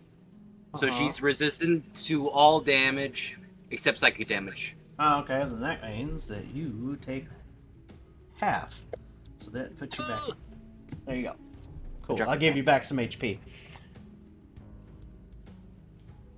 That's a good thing. Glad you said that, because I did forget. She is raging, so that means it's half damage for her. Especially from this werewolf. I heard my voice. So how much was it to be? Sorry? How much? Go ahead. How much damage was it? Oh, she took 4 points, but since it's halved because she's raging, so she only took 2, so she's at 60.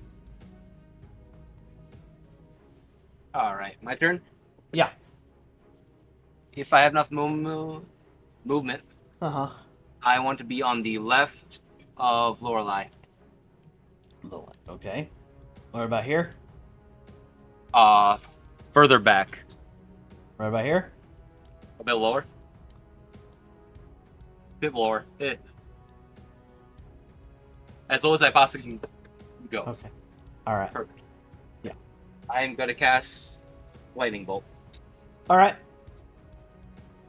Hurl it. Damn it. Nope. Did you miss? It's gonna be a miss. Yeah. All right. How bad? 10. A 10? Okay, so your lightning goes, tries to hit, just gets nothing but rock. Yep. Okay, cool. Is that all for Yeah, your I got turn, nothing or else. do you got anything else? Nothing else. Okay. Tay, you're up. What are you gonna do? Right. So as my action, I'm going to take my mace. I'm going to use my movement speed.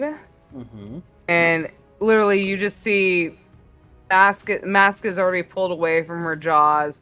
Teeth are protruding. She has her mace up. Mm-hmm. As again, she's slamming it against her shield until she goes to try and uppercut this werewolf with her silver mace. Okay, so she runs all the way up to it and just. Yes, she doinks it. All right. Give me a moment. I have to reload my D&D Beyond. All good. Take your time. La la la. So for the mace, it's going to be a +3. Okay. You just tell me what the. 18, That's a 19. That's a 21 to hit. Yeah, that's a hit. That's a 100% hit. All right, so it's going to be 1d6 for the basic damage. What added damage do I need to roll for when it comes to adding the silver? Give me a second. I don't think you actually add anything. I think the damage just sticks, but I'll double check real quick. If the damage just sticks, that's fine too. I'll just go ahead and roll my d6. Yeah, go ahead and roll that. It's going to be 5 points of bludgeoning damage with silver mace. Let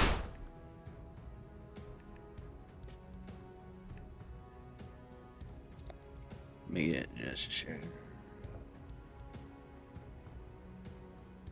Yeah, Then it's just take. Yeah, they just take the damage. That's Okay, all. all right. And then as my bonus action for spiritual weapon, which I cast at 3rd level. Give me just a minute. And I will say this trident has been following the werewolf if it ever moves or anything. Gotcha. Because I can move it up to 20 feet. Mm-hmm. And I believe it's a bonus action to hit with spiritual weapon. Yep. I'll allow it. Okay. All right, so it's gonna be a +8. And what was the original damage you already hit with? That was only 5 points of bludgeoning damage with the mace. And for spiritual weapon, that's going to be a 15 + 8 to hit, so I'm guessing that hits. Uh-huh. That's going to be 2d8. First is a 7. Ah, fuck nuggets! Where did my dice go? Wait. Oh my god. Okay, I'm just going to get another d8. So first was a 7. Second is 6. +5. So 13, 14, 15, 16. 18 points of bludgeoning damage with spiritual weapon. All right. And turn. Yeah, you just watch blood just get splattered out of this werewolf's mouth. Just bop! Blood on the wall. Bop! Ah. I love damage when it actually sticks. Ugh. You're just kind of watching this werewolf just getting just hammered. Just good dunk. Nice. Alrighty. And actually, because you have finally hit this creature with silver, you see something that you didn't notice from the previous battle. You remember how some of those wounds were healing? You watch now as when you hit them with the silver weapons, that power, that whatever it is, that the power they summon to heal themselves quicker, even when they get damaged by magic, it's not happening. The damage is sticking, like all of it. Fine. Just watching this werewolf snarl and... Alright, now that you're close enough, though, and it's the werewolf's turn, it's going to try to bop you back for hitting it with a mace. You rolled a 5. Fine, I won't even roll, thank you. Bite attack is in clips air. I can no longer do it anymore. Alright, the bite attack is blocked. He saved you with his magic. Alright, claw attack. That is... Oh, shit. Okay. Alright. Damn, alright. 20. Alright, the claw attack is...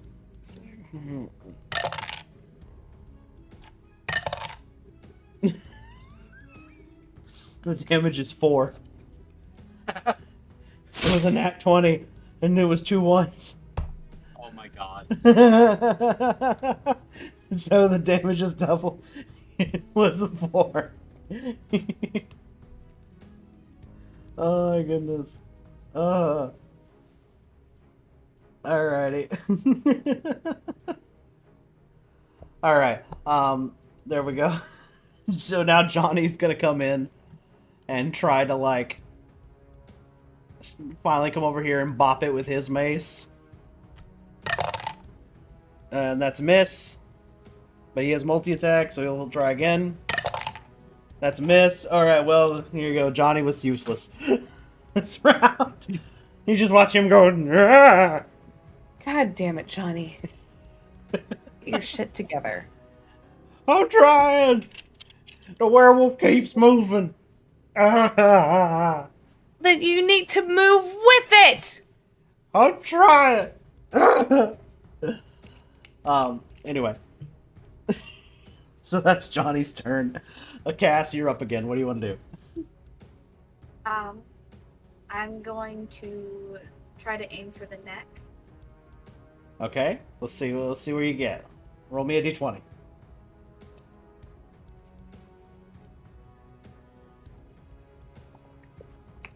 $22. 22? Yep. No use. Got a 6. Okay, alright. Roll me the damage. Good. Plus 3. So, 4. 4, okay. It's not too shabby. Would rage still be going on? Oh, yes. Yes. Yeah. It'll probably last... Rage is 6 damage. Okay. Thank you for remembering. Player, how much? Oh. I don't know why I turned just- you to Elvis in my head there for I a just second. needed to know so I could know what number I'm at, that's all. Yeah. What's the damage that you do then? Oh, Okay. Okay, I thought that I was getting damage done to me. Okay. No. You were doing damage to the werewolf. Is that your turn? Okay. Yeah. Okay. That play means Bogey, you're up. What are you doing, Bogues? Chromatic orb Uh-huh. at 3rd level. Fire Okay. damage. Alright, just tell me what the damage is. That's going to be a 19 to hit. Yep.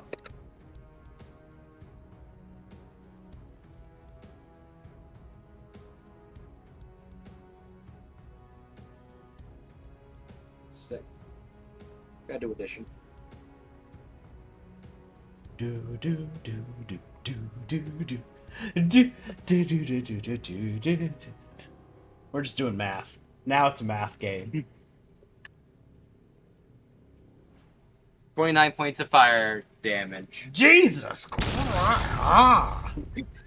I got God. 6, 7, 8.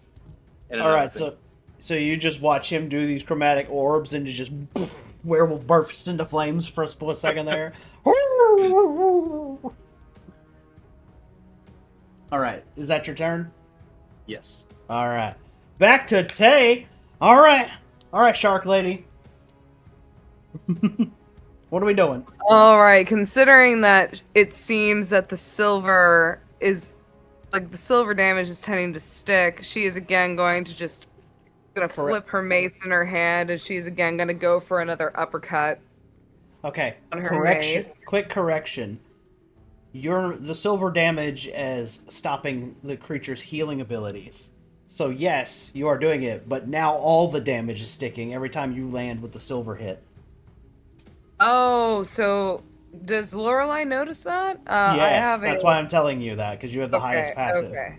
So you All notice right. that now every time the silver hits, all the damage starts to stick for the round. Okay, so upon seeing that, Lorelei is going to. I'm gonna go ahead and use my bonus action with my sacred weapon or spiritual weapon. It'll be a +8. That's going to be is going to be an 11 plus 8 for a 19. Is that damage or to hit? That's to hit. Okay, well, that is a successful hit. Alright, it's going to be 2d8. yeah. First is going to be 6 points of damage. Second is going to be another 6 points of damage. So that's going to be 12 plus 5 for 17 points of bludgeoning damage with spiritual weapon. And then... Okay.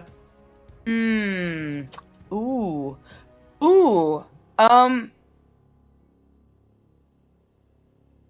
Lorelei would like to use her action to cast Daylight. Daylight? Yes.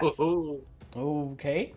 For the duration, sunlight spreads from point within range that fills a 60-foot radius sphere. The sunlight's area in bright light sheds dim light for an additional 60 feet. Alternatively, you cast the spell on the object or on an object that isn't being worn or carried, casting sunlight to fill a 60-foot immersion originating from the object. So Lorelei is going to tap her shield twice as she holds it up to the werewolf, and she daylight and see if it does anything if they change human form, if this daylight can somehow alter their appearance. If any of the spell's area overlaps with the area of darkness created by the spell, level 3 or lower, the other spell is dispelled. You can also cast it on an object. Covering that object with something opaque, such as a bowl or a helm, blocks the sunlight. So yeah, she's gonna cast it on her shield and see if that does anything to the werewolf. All right. The werewolf kind of like covers its eyes, like because it's all of a sudden it's bright, and this is a creature that can see in the dark, so it's like It's overstimulated. So does that mean it's blinded currently? I will say yes. I will give that to you. So that means all of its attacks will be at disadvantage for the next round. All right. So Lorelei is just going to be holding the daylight on her shield towards this wolf to keep it blinded. She then turns to the barbarian of the party and she goes, "Hit it now!" And she's just going to try her best to make sure that this thing stays as blinded as possible, in order for her party members to hopefully get the advantage. Okay. Is that your turn? That will be the end of my turn.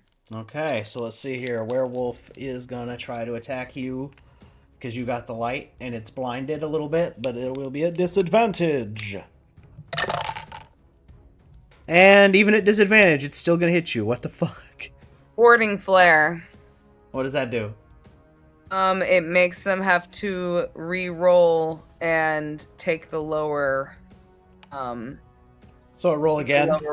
Yeah, so roll Okay. again. Oh, there you go. Well, now it missed. Even though that was a third All roll. You even see more of a brighter flash come from Lorelai's angler as it continues to just blind the beast even more, All right. therefore missing its attack. It's just... All right, it tries again. Misses again anyway. So, all right. So, yeah, all of its attacks this round are misses. Now it's Johnny's turn, and he's going to throw that random vial at the werewolf to see what happens. Hell yeah. Oh no. Oh no. Hell yeah. Let's do this. Obviously, I'm here for the chaos. Let's go. Okay, it's a high number. So here's what's going to happen. He throws the vial at the werewolf, and it breaks. And then you hear like a sizzling thing, except the werewolf doesn't get burned. It just turns into like this like gray goop and then solidifies on one foot. And the werewolf is now unable to leave this location. It cannot run. It is stuck. You just watch the werewolf writhe and rash. Something useful, Johnny. Hey, look at that! It's stuck! Ha ha! Alright! Alright, that's gonna be Johnny's move. Cass, you're up. What do you want to do? I will aim for the chest. Also, you're noticing this werewolf is starting to look real hurt. Like, you're seeing blood in the fur and... Oh. Yeah. Fuck. I don't know where that went. Just reroll. We can figure it out later.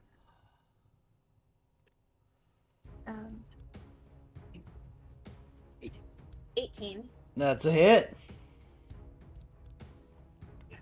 Roll for damage with your silvered battle axe. Is everybody dropping a dice? Everybody looks like they're looking for dice right now. They're like... I've still lost my D8. I'm trying to find it. Got an 11. 11 points of damage. Woo! Yeah, you did it. You just...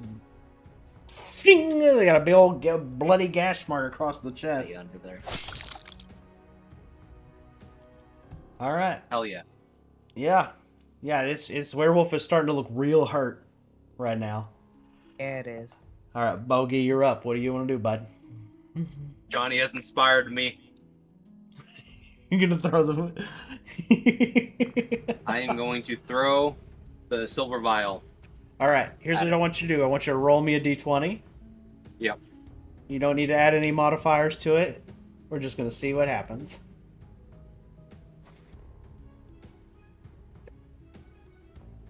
That's a 3. That's a 3. The vial hits the werewolf, right? And you watch as it you see the werewolf all of a sudden the blindness stops bothering the werewolf because it was a low roll. So you see the werewolf now is no longer at disadvantage when it comes to combat. Fuck. You rolled a 3, bro. You want to try anything else? Whoopee. You're like, shit! I helped! Fuck! Is that all you can do, bud? Uh, I'll count yeah. it. I'll let you count it to throw as bonus action if you want. Oh, hell yeah. I'll Let's give do it to you. another chromatic orb. Yeah, throw it at it. What you gonna do? I'm gonna get a 23 A 23. Okay. to hit. To hit. Okay, yeah, that hits. Roll me the damage. Those are some low numbers.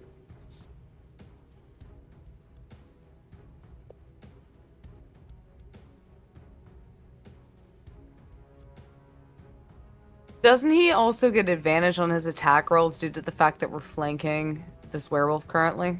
Oh. Well, no, that's actually... that's only for physical attacks. That's my bad. That might have been for Johnny, although Johnny didn't do a physical attack last time. He just threw something at it. He just Ugh! Either way, he fucking hit it, so kudos to Johnny. Yeah, the werewolf can't leave the battlefield.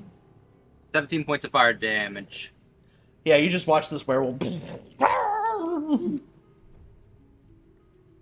And And that's my turn.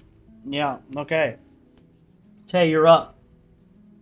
Let's see how you got this. All right. So, Lorelai is going to again use her bonus action for spiritual weapon. Okay.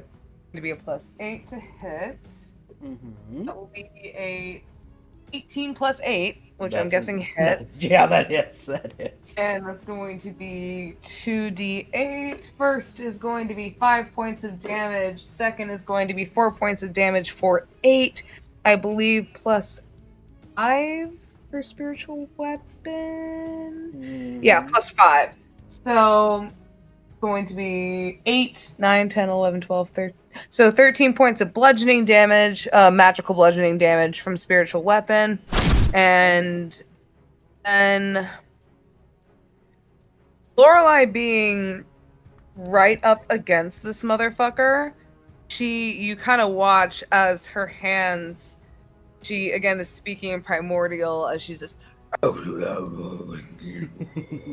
and you watch as her blue scaled hands burst into flames, and she is going to go for the eyeballs of this werewolf as she casts burning hands. They're going to need to make a dexterity saving throw of 16. Well, that's an 18 altogether, so yes. All right, so I believe they take half the damage, if I am not mistaken. All right. So basically, they're not blind, but they're gonna get hurt. Half damage, so it's gonna be 3d6 fire damage. So let's see here. We have 6, 4, 12, and then 3, 8, 9. So it's gonna be half of burning hands. So that's gonna be. Do you round up or round down? Up. Okay, so that's going to be 5. 5 points of 5 points of fire damage. And where does she damage to completely blind it as she is digging her thumbnails into this werewolf with her hands on fire? So you go to do that, and the werewolf closed their eyes real quick. So, and you can do, and you don't quite land because they make the save, so you don't quite land the fingers in there. Instead, you just kind of burn the fur around their eyes. So they take burning damage, but they're not blind. They're just like, ow! Sounds like a plan. With that, Lorelai I've already done my bonus action and my action, so that will be the end of my turn. All right. Now it's the werewolf's turn. And it's going to try to bite you.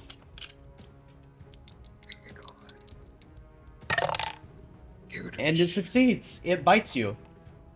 Oh, okay. Was that 17 or higher?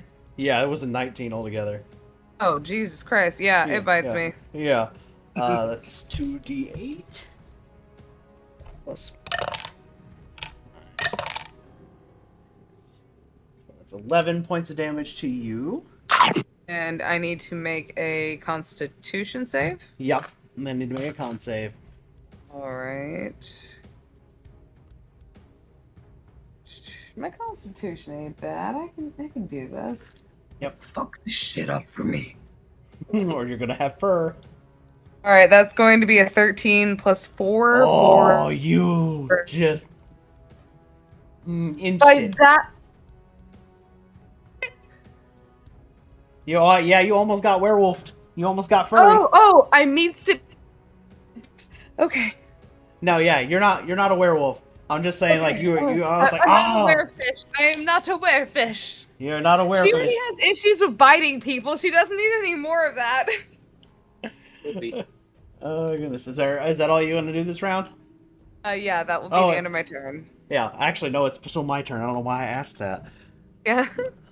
I'm an idiot. Ignore me. Well, that attack is a miss. Anyway.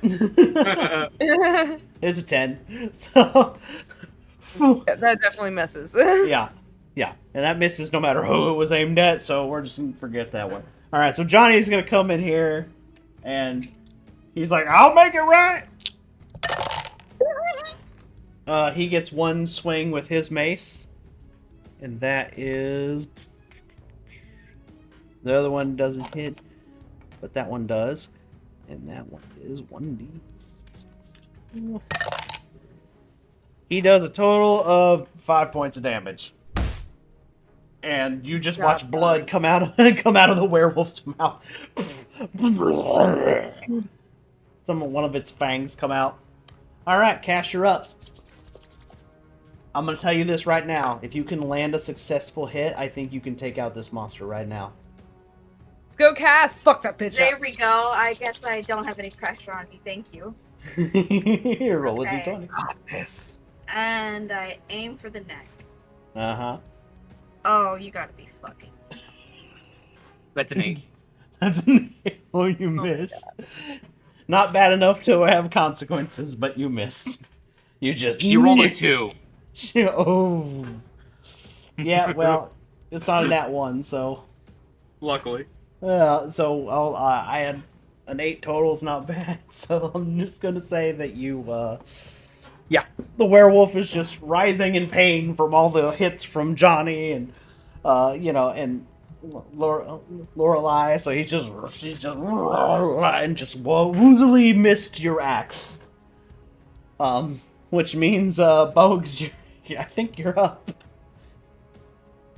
I'm gonna kill it. Are you gonna kill it? Okay. How? Good job. Question. I can throwing the vial be a bonus action as well? Yeah, I guess. Yeah, I'll let it. You already used all of the mystery vials, so you have the 2 silver ones and you have 2 healing ones.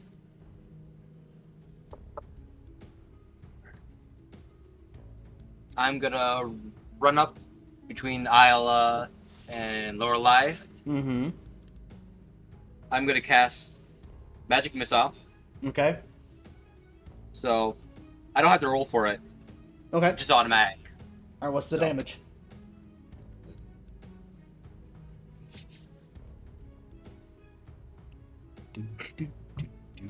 Oh, shit. Here we go. Here we go. Probably won't be enough to kill it. Might be. 7 points of damage. Holy shit! No fucking way. 7? Did you say 7? Yes.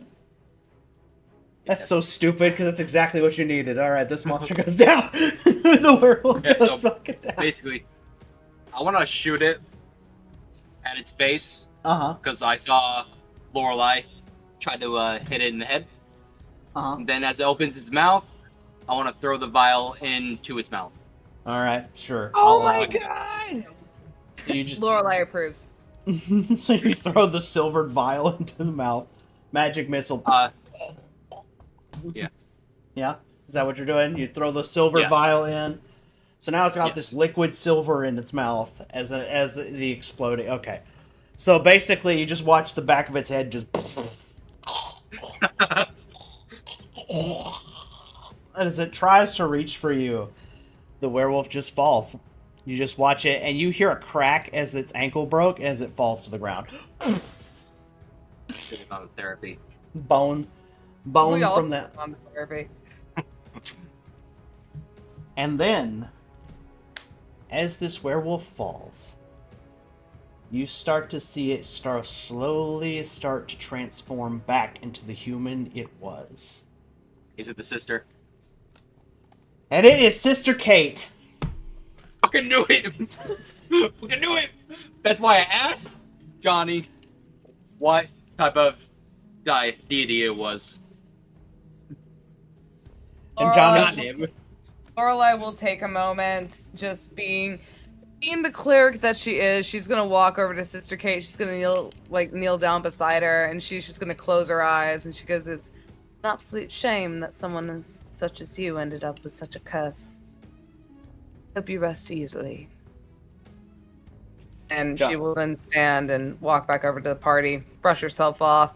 She's gonna clean the blood off of her lips, and then just put her mask back up. Johnny's just slack-jawed. He's just... It was her the whole time! I was in that church. She could have ate me! Well, she obviously decided not to, so it means that you probably meant something to her. If she didn't care about you, you probably would have already been food. That or you're just too personal towards her, and it would have been just easy to track her that way. Either way, you seem to have your life spared, so I have to say we'd be grateful for it. I slept next to a werewolf! You just watch him just You have like slept next to a werewolf? When did you insist? Not that kind of sleep. She was kind of a nun. Not that kind of sleep. I meant She was also a werewolf. I wouldn't expect her to at least keep out her nunly duties if she was eating people in the street. well, it wasn't that kind of sleep. I meant like literally. Okay. I'll take your word for it. I did You not. and your sunglasses. You need therapy, Johnny. I'm gonna need a lot of therapy and a lot of booze. I'm going to the tavern. You just watch as his eyes are glowing white and like little bolts of lightning kind of are coming off of him, and he's just like, "Oh God, I need a drink." I could have been eaten. I was right there. She could have chomped me at any point. Oh. If you guys would like to join Mr. Johnny for a drink and make sure he doesn't get himself in a stupor, I'll stop by the Reggie and I will make sure that we know that the werewolf has been taken care of and who the identification of the werewolf is. Sounds like an ideal plan. I'll meet you guys at the tavern. And Lorelai's going to go and give him the report, and pretty much she'll take the sum of money, and upon rejoining the party, she will distribute it amongst party fairly. Okay. All right. You guys go to the tavern. You have a grand night. It's glorious. You've had fun. The town hears about it because it was still, when you guys took him out in a fairly good, took her out, excuse me, not horribly long fight. Y'all just, 1-2 this thing. And in this, the town celebrates, the word gets quick. People are getting woken up in the middle of the night to be told the great news, the werewolf has been taken out. Morning comes, you guys are like heading back to the ship so you guys can go back to where you guys live and go on your merry ways. And Lorelai. Yes. As you, the others are all walking back, even Johnny's getting on the ship. You turn back to see some of the townspeople as they're waving goodbye, because there's been a crowd has gathered to wave at all of you. And you remember that 6 that was rolled earlier by Bogey? Mm-hmm. Oh God, yeah. Yeah. So you look over at the town, and just as you're about to turn to leave, you notice Old Man Morrow from the magic shop, the tavern owner Owen, the meat vendor Greg, who gave you guys that big chunk of raw meat, and Mr. Sims, the gravekeeper. All of their eyes, for a split second, flash a yellowy color. And that is where our session ends. Oh man. Oh damn. The whole town's fucking cursed. You guessed it! It was never just one fucking werewolf. It was a bunch of them. God damn it. You know what the best part of that is? Is going into this, I had no idea. That's why I had you roll a d6. I didn't know who the werewolf was going to be. Hell yeah. Lorelai just shit, I'm out. And Lorelai dives into the water. She doesn't even immediately start swimming. She's just like, nope, not dealing with this. I'm not going to be here.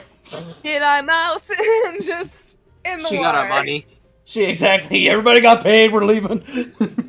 As the crew is like on the boat, you can see Lorelai swimming on alongside, traveling with the waves, and you kind of see her jump up every now and then as she just gives a 2 feet grin and a wave as she then just swirls back underneath the waves.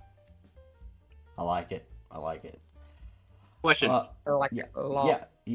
Bogues, what's up? Did Johnny get any money? Yeah, he got paid his own thing. Okay. Not from y'all's pool. So If he wasn't, then I was gonna give him some money. No, yeah, he got paid for his What services. was the total of it being split into 3? We were supposed to get what? You got 20 G each, 20,000 gold apiece. Ooh, smash. Okay. Yeah, it was nice. big job. Big job. We're gonna be rich motherfuckers. Whatever next like one shot there is, if we ever play these characters again, they're gonna be rich motherfuckers. Oh yeah. Oh goodness. All right, guys, this is where the video ends. For the audience at home, remember to like, subscribe. If you guys like this kind of stuff, maybe give them all a follow. All their links will be down in the doobly-doo. This was One Shot Wowzer. So, like, subscribe. We'll catch you next. Woo! And I, as the DM, will definitely catch you in the next one. May not be this crew, but it definitely will catch you in the. Somebody will catch you in the next one. Better catch something, that's for sure.